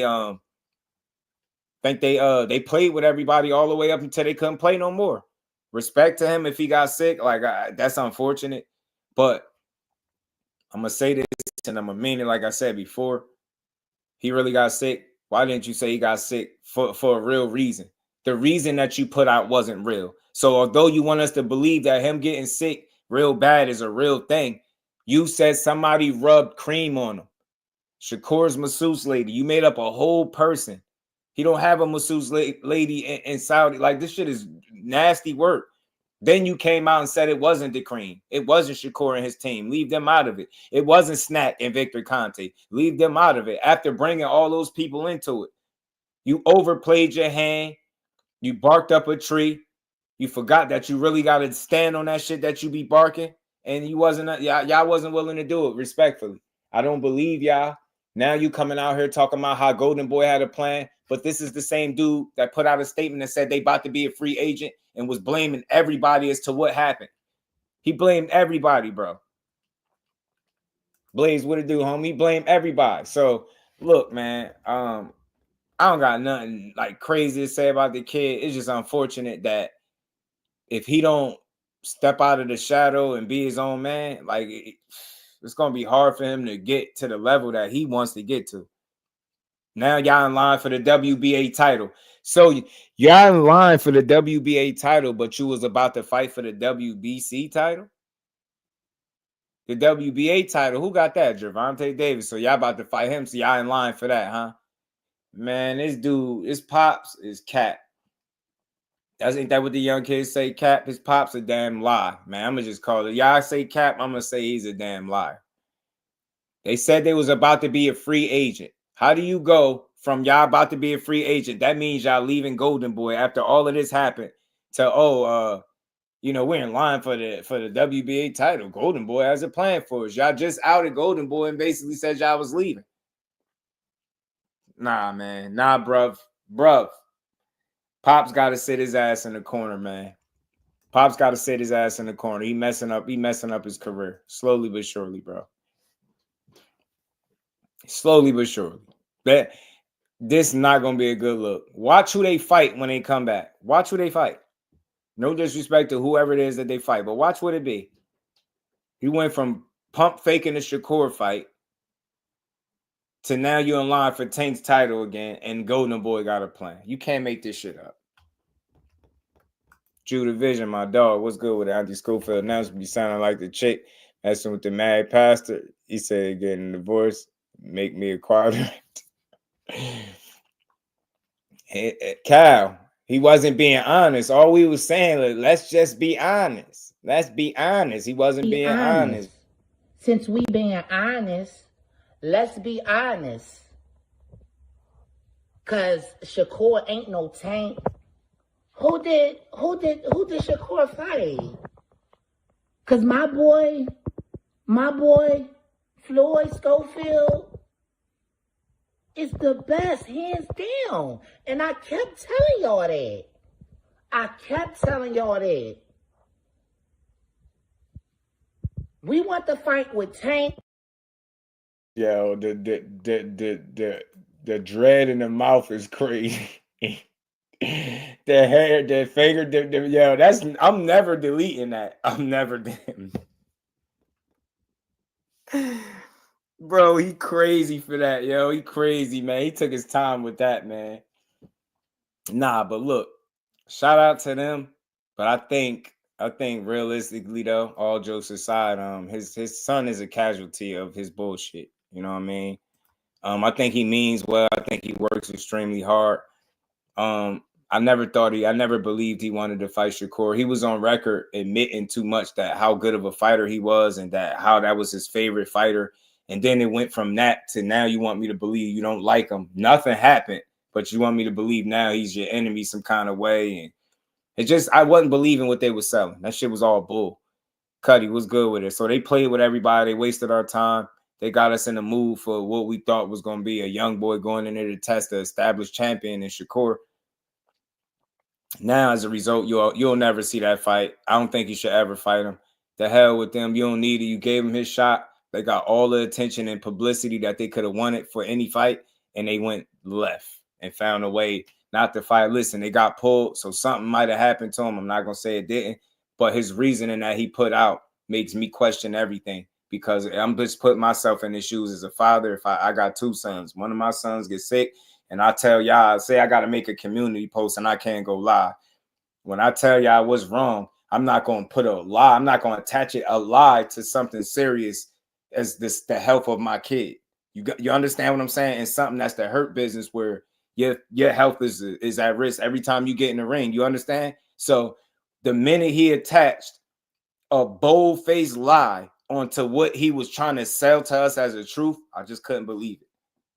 Daniel Dubois probably somewhere recovering for real, but you back in the gym. You a damn super soldier, right? You a super soldier. You a cyborg. Y'all right back in the gym after y'all about to die. Now y'all right back in the gym? No. I refuse to believe that, oh, he's just working hard because it wouldn't even be smart. If something was wrong with him, the way you were selling it, it wouldn't be smart to get back in the gym that fast. Common sense will tell you that. I don't got to know what's wrong with him or nothing. By the way you sold it, being back, the gym is, we need a break. That probably what got him there. And I believe everything I heard when they said Ja weight was off point. I heard people that was there. I heard the fighter himself that was going to fight you. Heard the members of the team, members of the public. Dudes said you was big. Dudes was saying you was big as hell and your weight wasn't right. And you wasn't going to make that weight check. The same way Jadier Herrera wasn't able to make the weight check that Josh Padley was able to make, which is why they picked him and Shakur fought him instead of Kid Austin or Herrera. So I don't know, man. Listen, I don't dislike the kid. I just think he need to get to a point where he really gets stand on his own too. If you can stand on your own too in the sport of boxing, you good. If somebody got to speak for you, answer questions for you, control your social media for you, argue with fans for you, make enemies for you, bro, what are you doing? How successful you think you're going to be, man? Like, it's shark infested waters at the top, and you was about to find out. Your ass was about to find out. You and your dad was about to find out just how different that top tier level is. And like I said, you pissed away an opportunity because I believe y'all clout chased the opportunity that you didn't think you was going to get. And when push came to shove, y'all found a way. Yeah, that's what I believe, bro. Cream stories, masseuses, stolen passports, drugs, all that stuff. I don't respect none of it.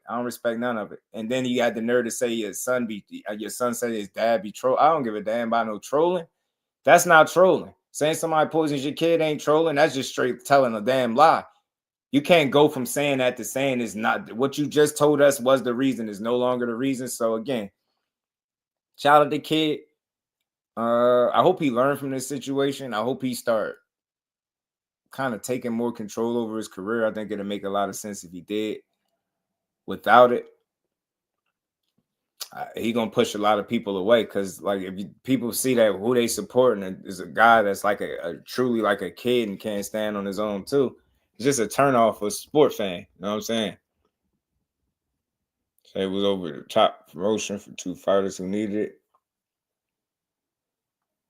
I don't think Shakur needed to be promoted by a guy that wasn't gonna fight him though. The Butcher, what it do, homie? Tommy said, what it do? 2 hours in the cut, the line, get your rest. You already know. Shout out to you, bro. We're going to get there. We're going to get to the 2-hour mark. Shout out to everybody. I appreciate y'all rocking out. Like I said, my apologies. We had to call it audible today. And we doing that. Still having a boxing conversation like we always do. But look, I can't say Shakur didn't need promotion, but that's not good promotion because, like, he don't need to be attached to a young fighter that wasn't going to get in there. You know what I mean? And, it could have just went a totally different direction to begin with. But it is what it is. I think he'll learn from it. I don't see him ever fighting that dude or looking to fight him ever again unless he obviously put himself in real position to do it. That's on them as a team. They got to live with it. Corey just got to fight who want to fight him and who makes sense next. You get what I'm saying? So we'll see. Keller was good with full scene, still driving Kid Austin's wife to the mall. Telling you, that's no good, bro. You get me? Keller is no good, bro. So stand on your own, too. Control your own social media is your phone. You ain't got to be up there every day, all day, but interact with your people. Let them know that it's really you behind the phone and not your dad. Don't nobody want to talk to him. I think he burnt bridges with the public, a lot of the public. I don't think people care to hear from him. You gotta think.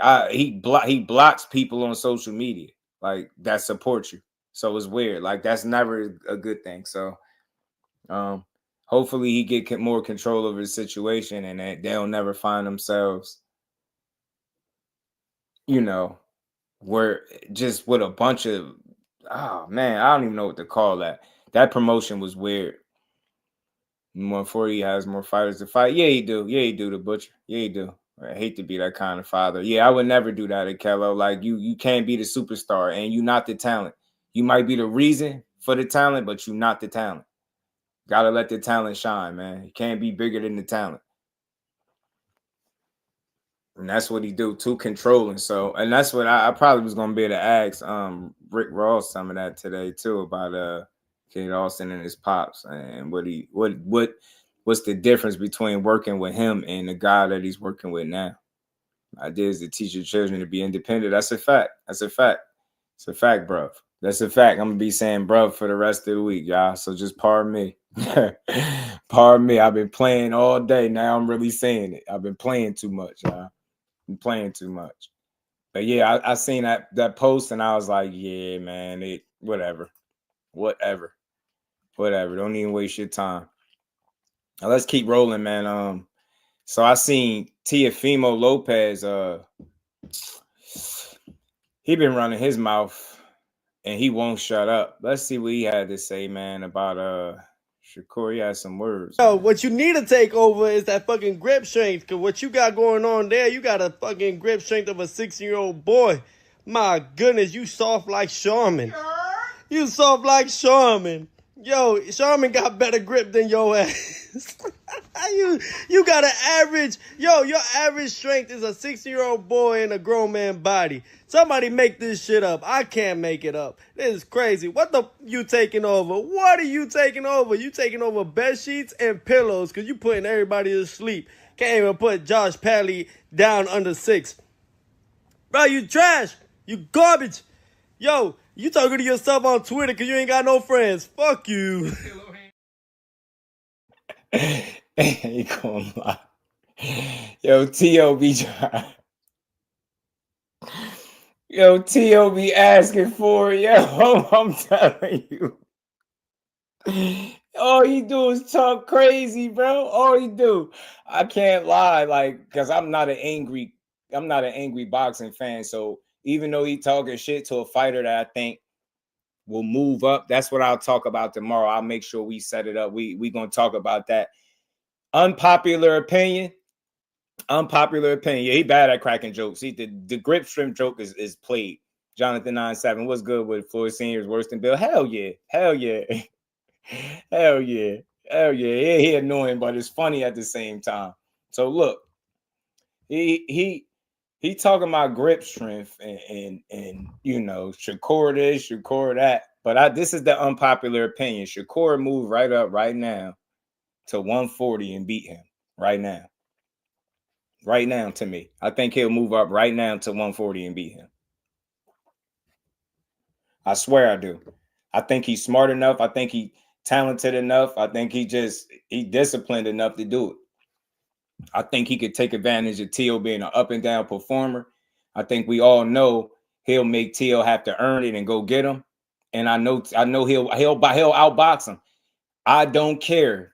Seeing what Kambosos did to you, I don't like triangle theories and nothing like that. But Kambosos even that version of Kambosos, Shakur would have dog walked him. He would have beat him every single round to me. Same way Devin was beating him. You get me? You'll never forget Kambosos went in there and put his ass down in the first round. What was his grip strength at for the Kambosos fight? Better yet, where his grip strength been at for all of 140 except for the Pedro Campa fight where he got a knockout. This dude only talk trash about fighters that he has no intent on fighting. None whatsoever. Notice he ain't trash, right? Well, nah, he was trashing Barboza a little bit too. K calls, he would have do, homie.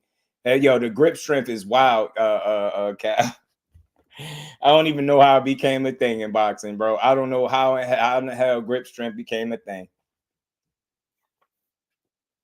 I mean, I know how, but I don't know how. You get me? I know how, but I don't know how. Like, I ain't never heard nobody make an argument about somebody grip strength being the reason that they can't win a fight. Kambosos ain't look good since Teo. That is a fact, bro. He talking crazy. You can't get Padley out of there in 6. You couldn't get Kambosos out of there in 12. Loma got him out of there, what, 9, 10? Loma got him out of there. Why you couldn't get him out of there? You get what I'm saying? Loma went in there and commenced a punching on that man. You got in there and you got in there emotional and got beat up. You got in there emotional and got your ass beat. Blame Eddie Heard for grip strength promotion video. Nah, yeah, Eddie, yo, I gotta talk to Eddie about that, yo. He disrespectful. He disrespectful, man. He disrespectful, bro. Nobody watching that. No. People walked out. Well, it's his last fight with Top Rank, so good riddance. But he just fought a guy that had only 7 KOs. And like, what was it, 12-1? What was it? His record? Nobody knows. Come on, guys. Don't come at me. Come on. I've done my work. 2-time. Hold up. 2-time linear world champion. We've done our job. Yeah. Do what they give me. $2 million. That's where his value is at. My value should be on the opposite end. But hey, he got a great management team. They know how to move him. For me though, I'm getting how can I say? I'm like a Burberry or Gucci or Italian clothing, you know? But they pay me great value. So.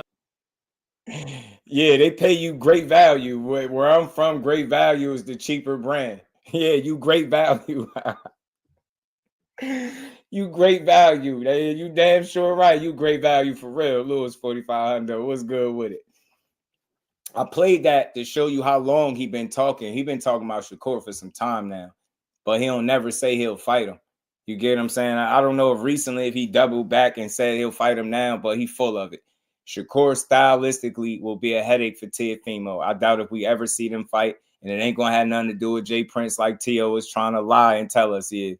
Yeah, I'm telling you, great value is the Walmart cheap brand. I'm telling you, that's what Teo is. He get paid like great value too. He the only one.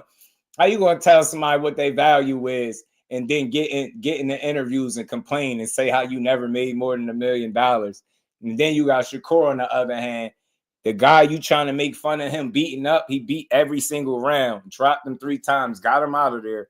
You get what I'm saying? You fought a dude with 8 losses and couldn't stop him. So I'm not trying to hear that shit.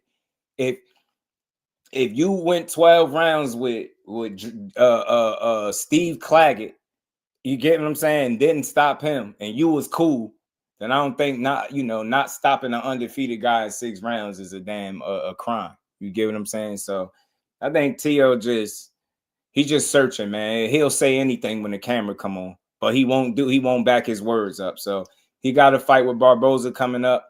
Let's see if he been avoiding Barboza for a reason, or let's see if he can go out there and beat him and look impressive doing it. Because one thing about boxing, when you talk a whole lot of trash and you got a fight coming up, you usually look suspect. So let's see if this be one of his down performances. Let's see, because he been up, down, up, down, up, down at 140 since he got there, and his last fight wasn't the most impressive, and the one before that neither. So. Because Teo had J-Lo and Budweiser. Remember, LaMarcus, we still ain't seen J-Lo. Bro, we ain't seen J-Lo yet. And, man, no, I don't drink Budweiser, so I ain't even hearing him. I don't listen to J-Lo, nor do I drink Budweiser. He can have both, J-Lo and that damn Budweiser. And I think a lot of boxing fans feel like that, too. Nobody give a damn about the fact that you got J-Lo. You know what I'm saying? You got what you got is Arnold Barboza up next. That's what you got. And you better not be in the ring after the end of the fight asking, do you still got it? That's what you better not be doing. You better not be doing that. You better not be doing that. That's what you better not do.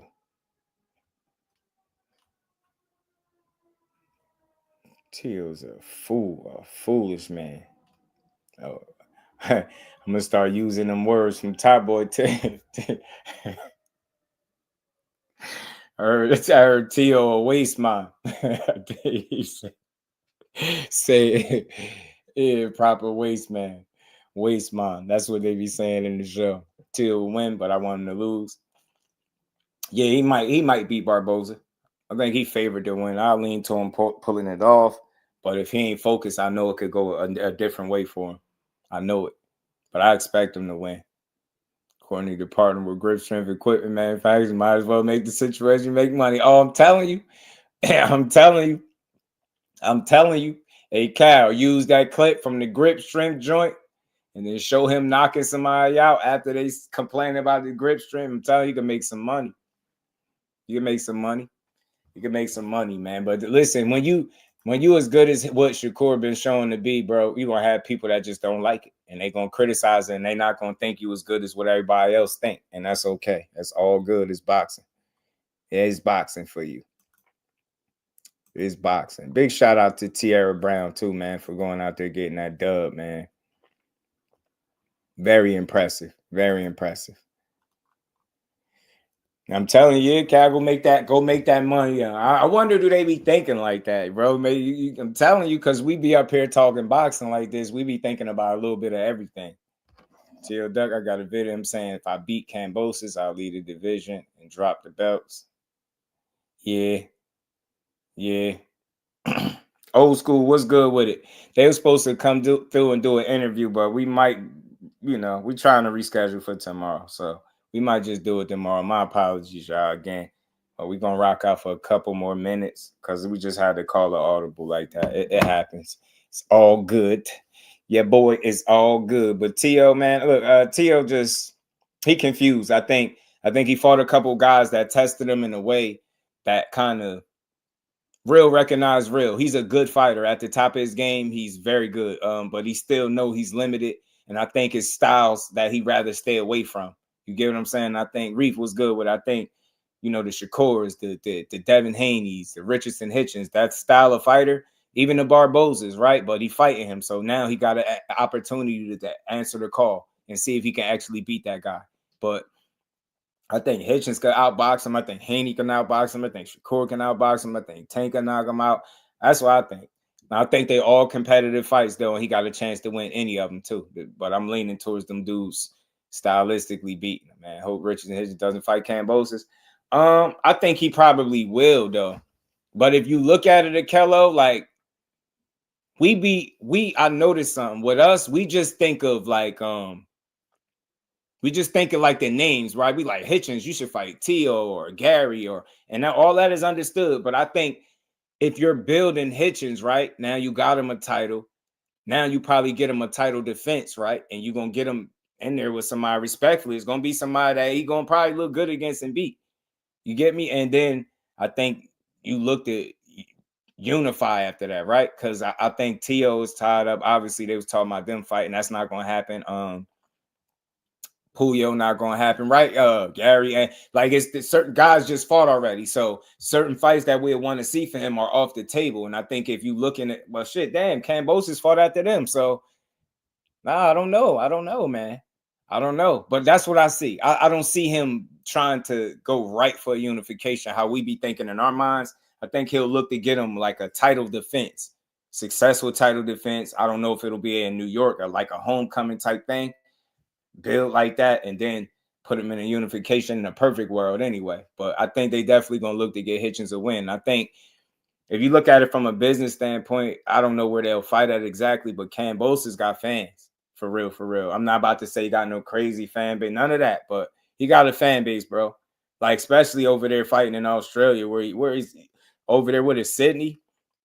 They love Kambosos over there. He just won too. He had a fight, a close, well, yeah, he had I don't know, competitive to a degree. He fought a young boy, so he outlasted the young boy. He won, but no, I think that's a good fight for Hitchens because he's going to punish him. Kambosa's got a good team. He always get an opportunity, and I think he'll find his way in there with Hitchens and probably get his ass beat. You know what I mean? Not probably, he's going to get beat. Like, that style is all wrong. Hitchens going to paint a Picasso on him. Kambosa said 1,200 in Australia this last fight. 1,200. I don't know what he sold in his last fight. I just know he got some fans out there. Got some people that'll show up and watch him fight, bro. You know what I'm saying?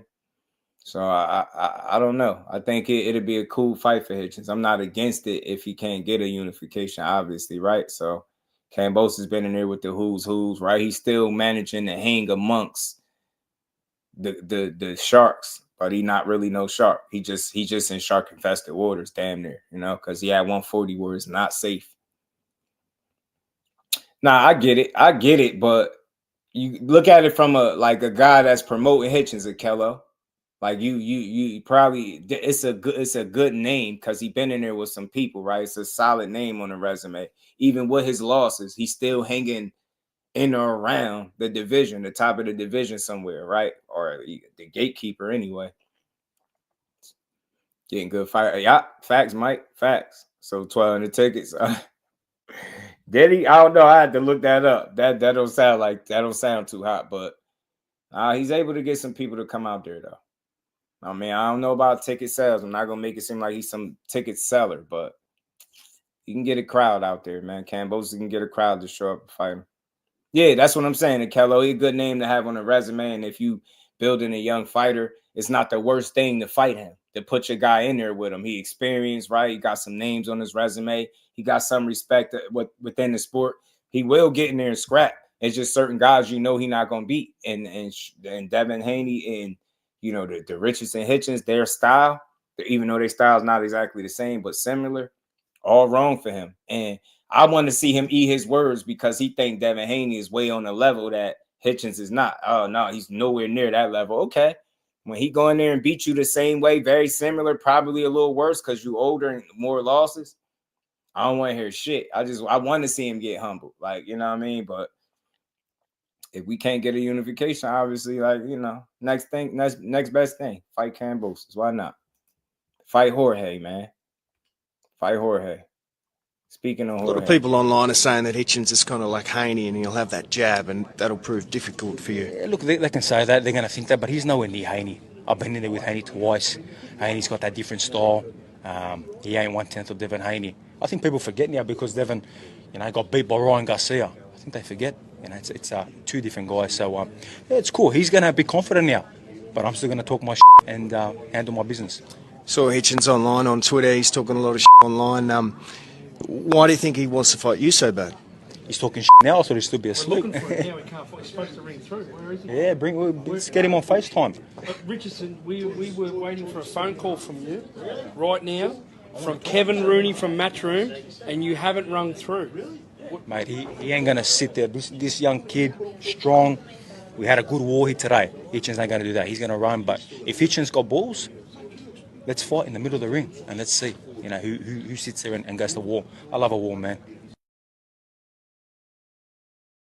Listen, I'll give it to him, yo. Kambosa's a tough guy. I'll give it to him, but he's an idiot. It's called box. Nobody's standing there trading blow for blow with you. He already building in his excuse. Oh, he's gonna run. He's not 1/10 of Devin Haney. It's completely different fighters. Completely different fighters. Whatever. They different, but they got a lot in common. And they're boxers, pure boxers with good jabs, speed, good right hands, good foot movement. Like, they're well-rounded, well-schooled boxers. Hitchens got that pedigree. I'm telling you, man, I think Hitchens gonna beat him convincingly, and that is by a few rounds. He probably gonna realize that he in some shit and he ain't gonna win. You think because Buddy went toe-to-toe? This is what I want to say about all this toe-to-toe shit. Stop saying it. Nobody is about to participate in a CTE race. Let's see who can get CTE faster, like a CTE special. Standing there and just go blow for blow. Nobody's doing that. Kambosa's. Haney ain't have to do that. He beat you the way he beat you, right? Boxed you down. And you had to respect him. And that's how it's going to be when Hitchens beat you. You're going to whoop your ass, and you're going to say, yeah, he's a lot better than I thought. Yeah, he's up there with Haney. You're going to have to say that, or you're going to be hate. You get what I'm saying? So, I don't know. This whole stand there and swing it out and Free Smoke was good with it. Shout out to the people that look, guts and glory, balls to the walls, stand there and, you know, rock 'em, sock 'em, robot. But let me show you where that shit gets you. Like, it's entertaining, but fans kill me when they say guys they're not entertaining enough. They don't stand in there and fight enough. Here's a guy that stood in there and traded with guys when he fought them. And this is what, 30 years later in Chris Eubanks Sr.? And look at how he feeling about a guy that he went toe to toe with. I can't tell you how sorry. It's all right. It's okay, bro. Let's move on in life. I can't tell you how sorry.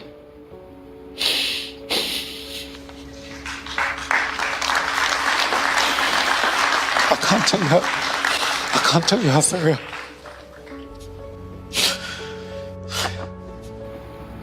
That's the only thing I regret in my career, and really, yeah, it's Let's move on, Chris. It's all right. It's okay, bro. Let's move on in life. Peace and love. I love you, Chris.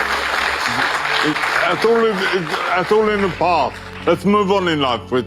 We're here together. Let's live in love. I love you, Chris.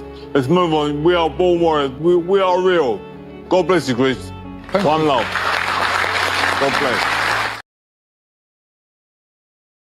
It's all fun and games till you sitting around with brain damage and can't really talk. And that's 30 years later, and he's still you know, sympathetic and emotional. You get what I'm saying? So again, I played that for a reason. Like at the end of the day, those dudes, you know why they was respected, bro? Because they fought they fight. They fought they fight. And I think, you know, a lot of the boxing fans nowadays, they want everybody's fighting style to look like whatever their favorite couple of fighters look like. And when they don't see it, they shit on them. So, nah, it's all fun and games. It's all cool till you sitting around with brain damage 30 years later and could barely talk. Ain't shit cool about that, because now none of the fans going to support you when you out of there. You got Nick Blackwell that Chris Eubank Jr. fought, that got brain damage all them years after they fought, and say he still haven't got no help at all whatsoever. You get what I'm saying? Dudes' lives is affected forever. So for me, I just appreciate the fighter as they come, bro. Whatever you bring to the table, that's what I rock with. You know what I mean? If I don't rock with it, I don't. But if you show me you one of the best doing what you do and doing it your way, I'm going to rock with it. You get what I'm saying? I'm not going to expect for you to be a knockout artist if you're a pure boxer. I'm not going to expect a knockout artist to pure box either. So, get what I'm saying? Yeah, everybody got their style. Everybody got their way.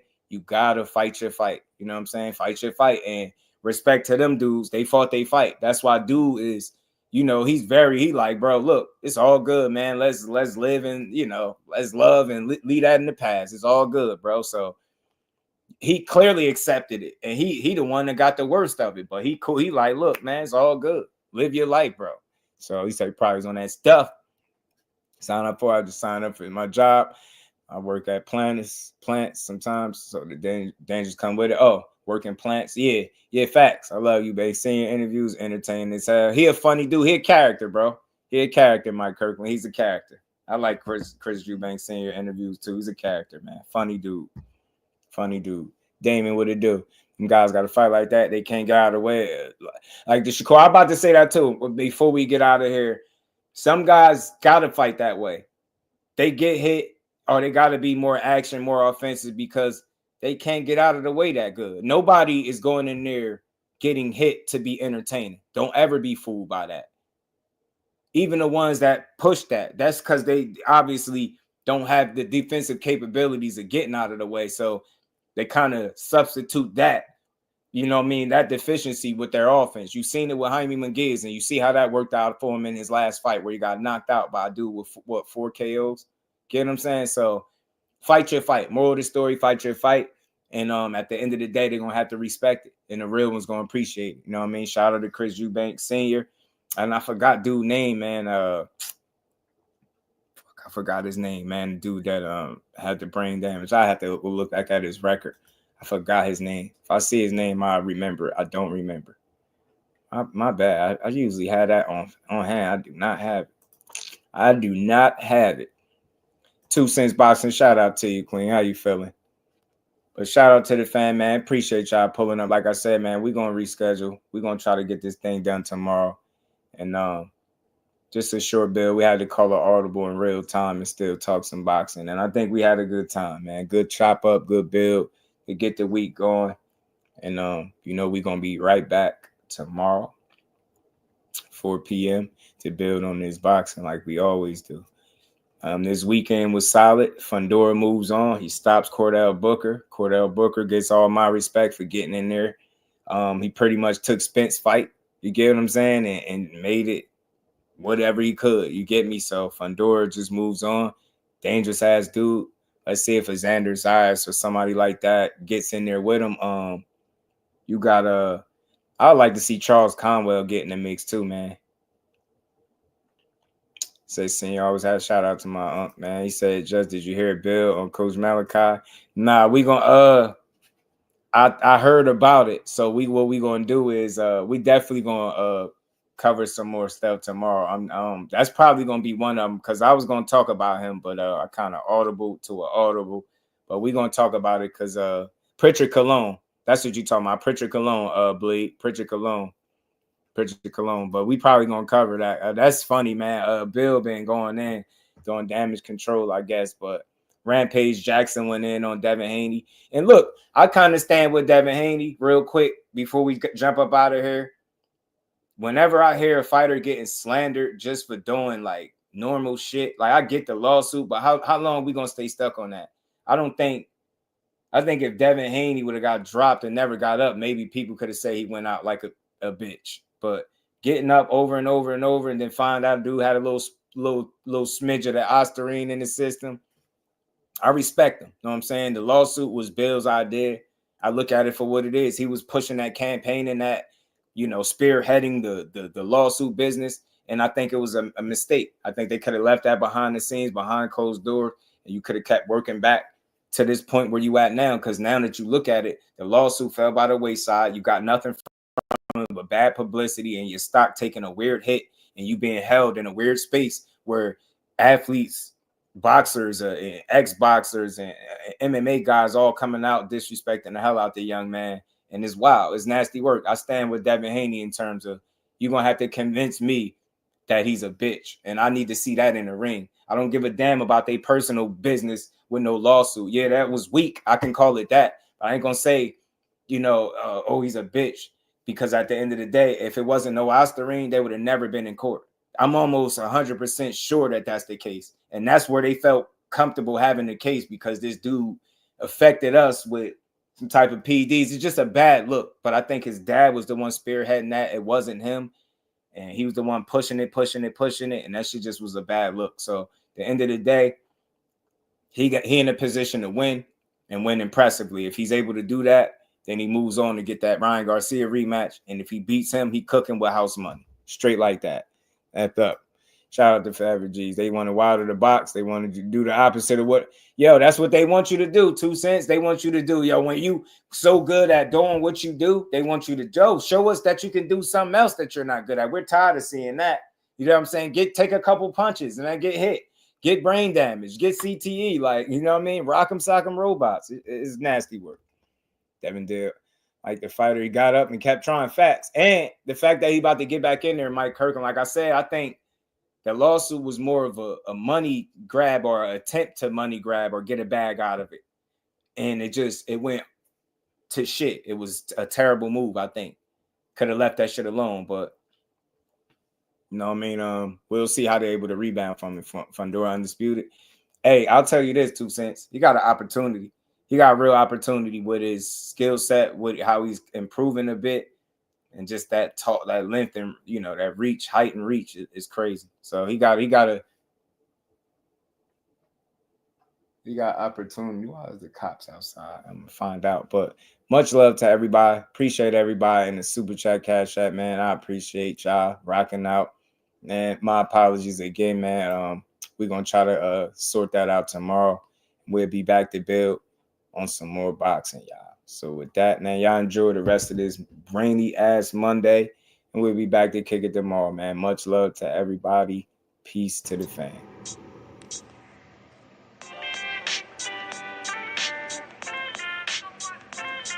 Yo, you know the deal. We back again. We never slacking. Word 'em up. Ladies and guys, whether if you drunk or you high, it's time to pay respects to the illest man alive. If you think you got a point, he'll shrink you down to size. And from there it's downhill like a slinky or a slide. Open your eyes, got a deep connection with the rise, so you might see him jump in whenever they go live. Peep it, his channel blowing up now, it's not a secret. With tons of exclusive interviews to listen to. Them other channels I hate, but yo, they missing clues. They start narratives, sip the goose and twist the truth. It don't take a rocket scientist to get the proof. Just click the live at 4 p.m. Eastern time. But when you chime in, make sure you keep it kind. But if cowards want to debate, then it's feasting time. My man Just Do shine, busy all the time. Grind 24/7, 365.